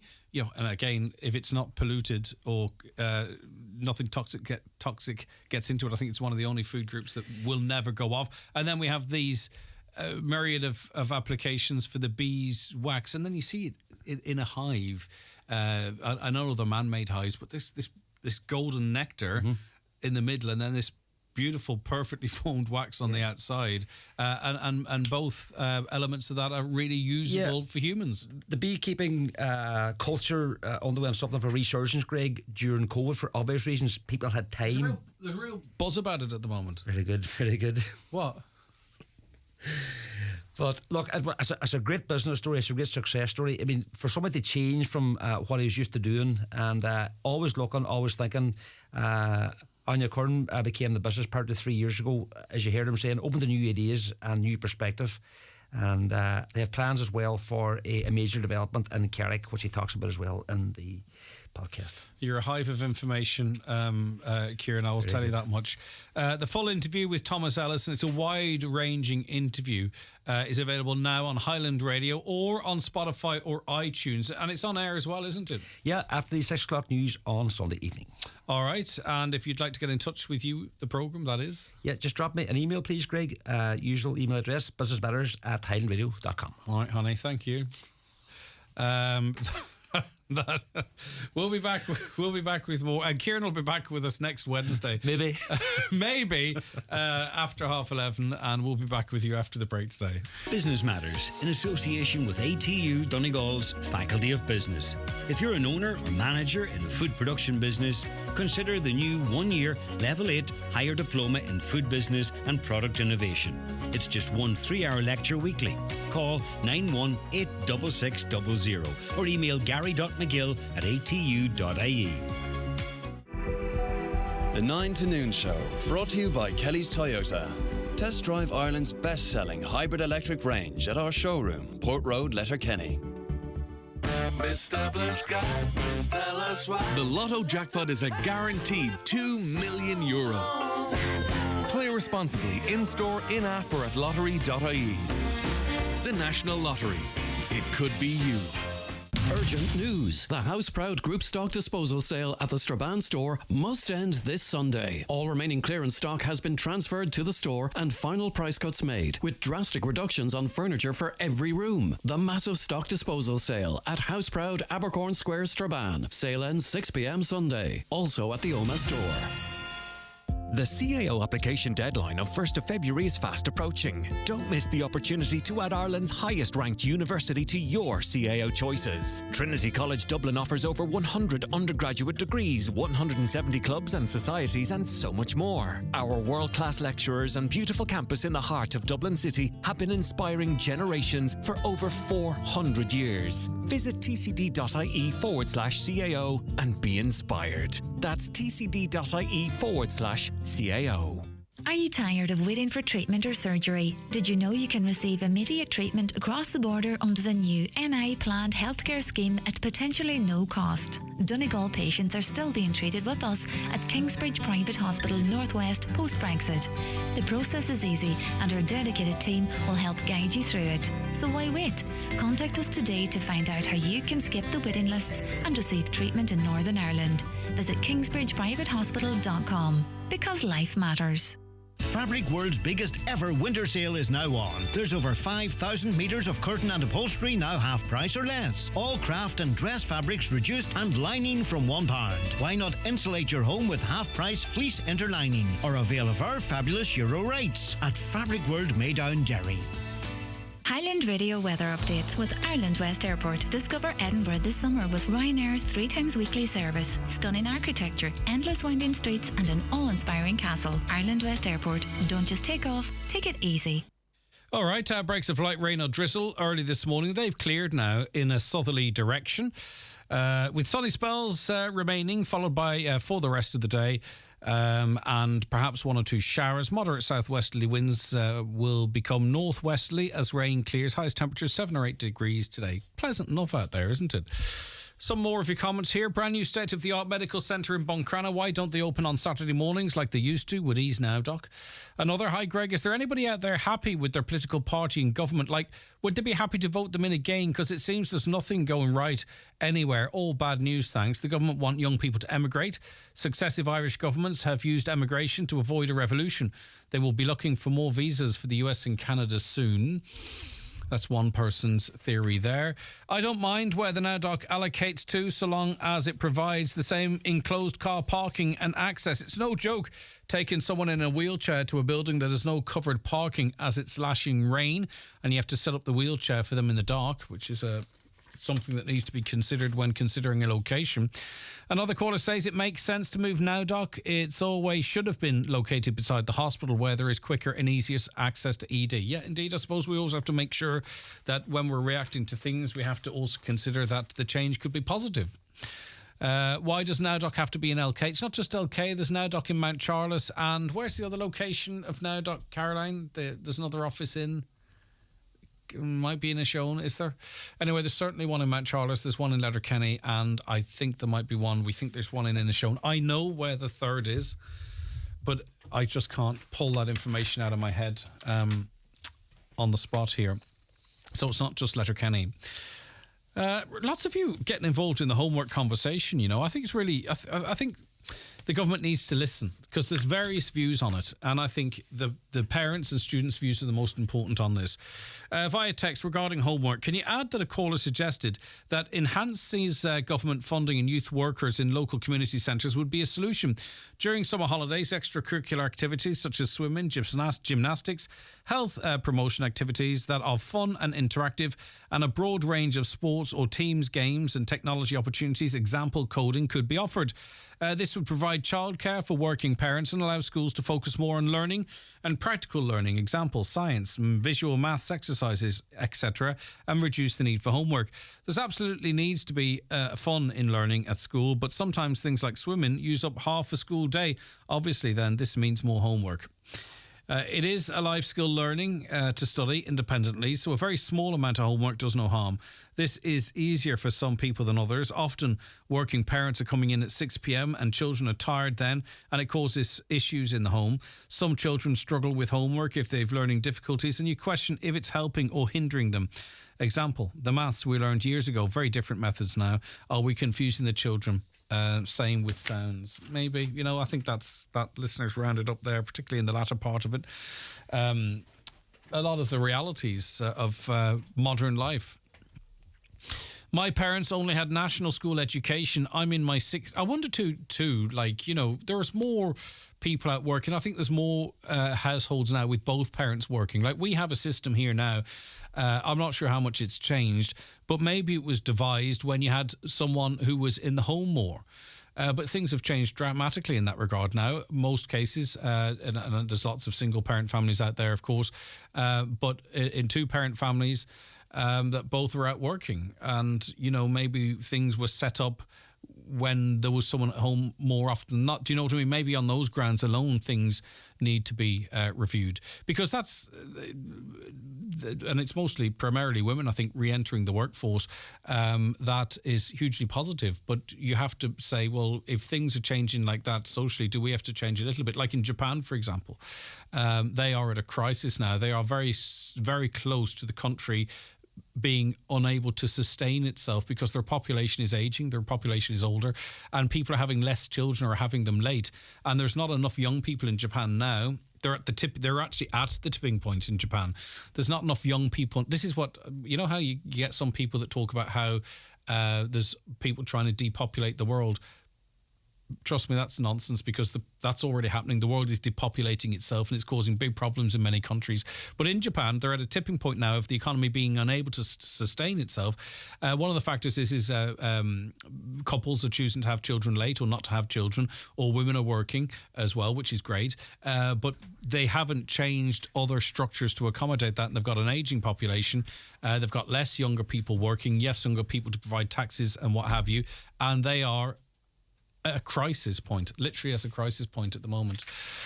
Right, okay.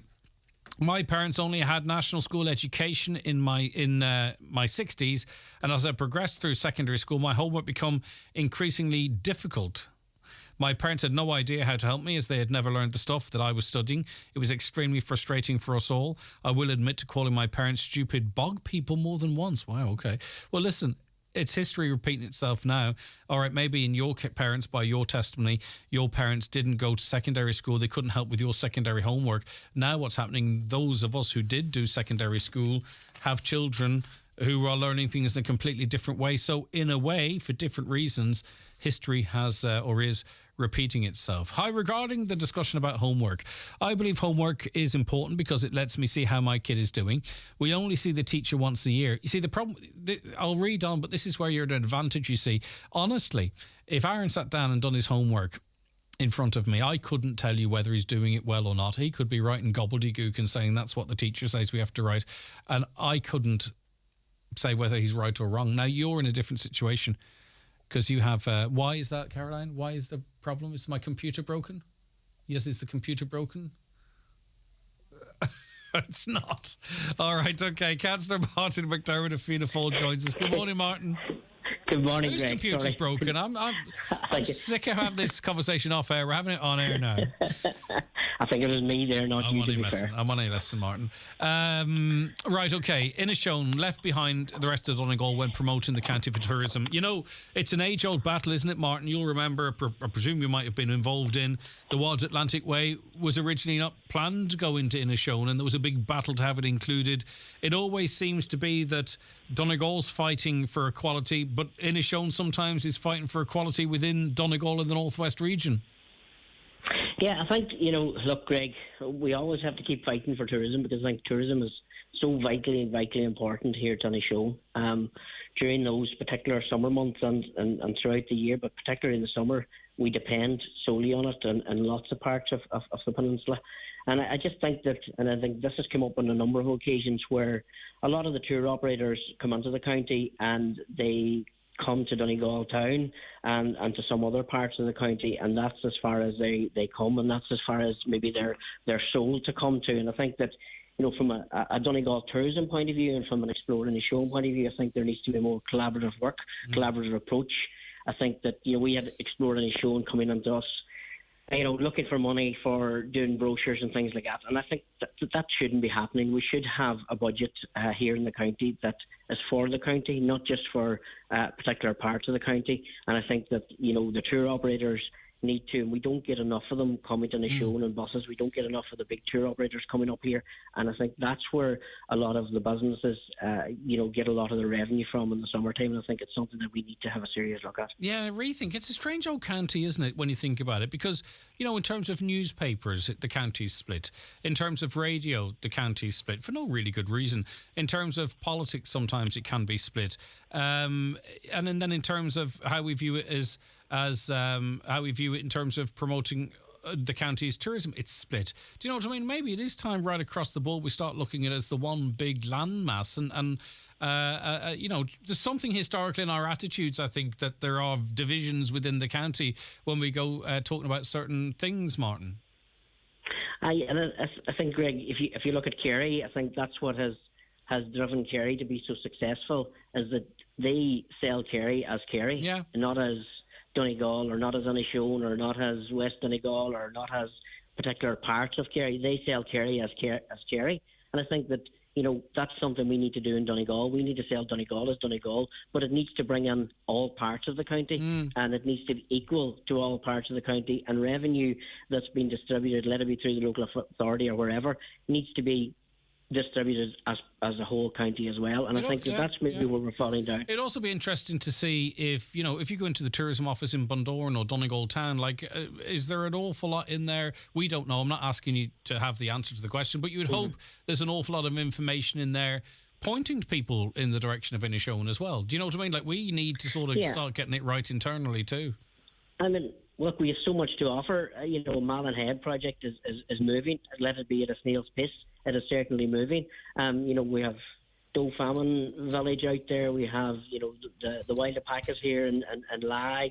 You have the Maritime Museum in Greencastle. You have so much to offer here in Inishowen. And I think that those travel agencies that come, and a lot of them do just come to Donegal town and turn and go back to Sligo or go back to Mayo or Castlebar or Westport, and that's as far as they come. I think it'll be vitally, vitally important that we try and sell not just Inishowen, but the whole county, and I'm sure there'll be parts of East Donegal and West Donegal will be saying the same thing as me. Well, I would say there's parts of East Donegal, the likes of the Twin Towns, Rafo.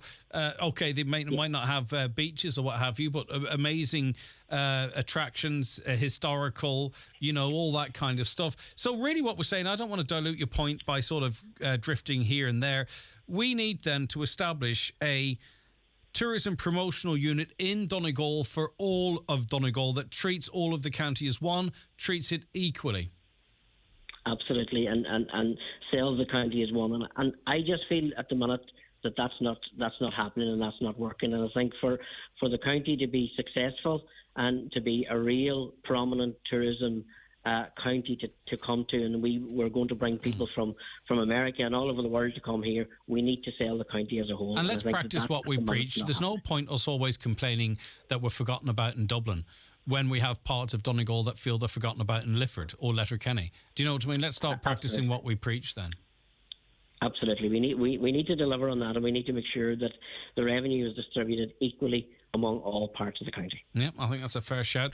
All right, Councillor Martin McDermott, thanks for your time today. Really appreciate it. And thank you to all of you who listened to the programme. If you watched the show, you text in, called and emailed, or just sat there and enjoyed it, we really appreciate you being with us.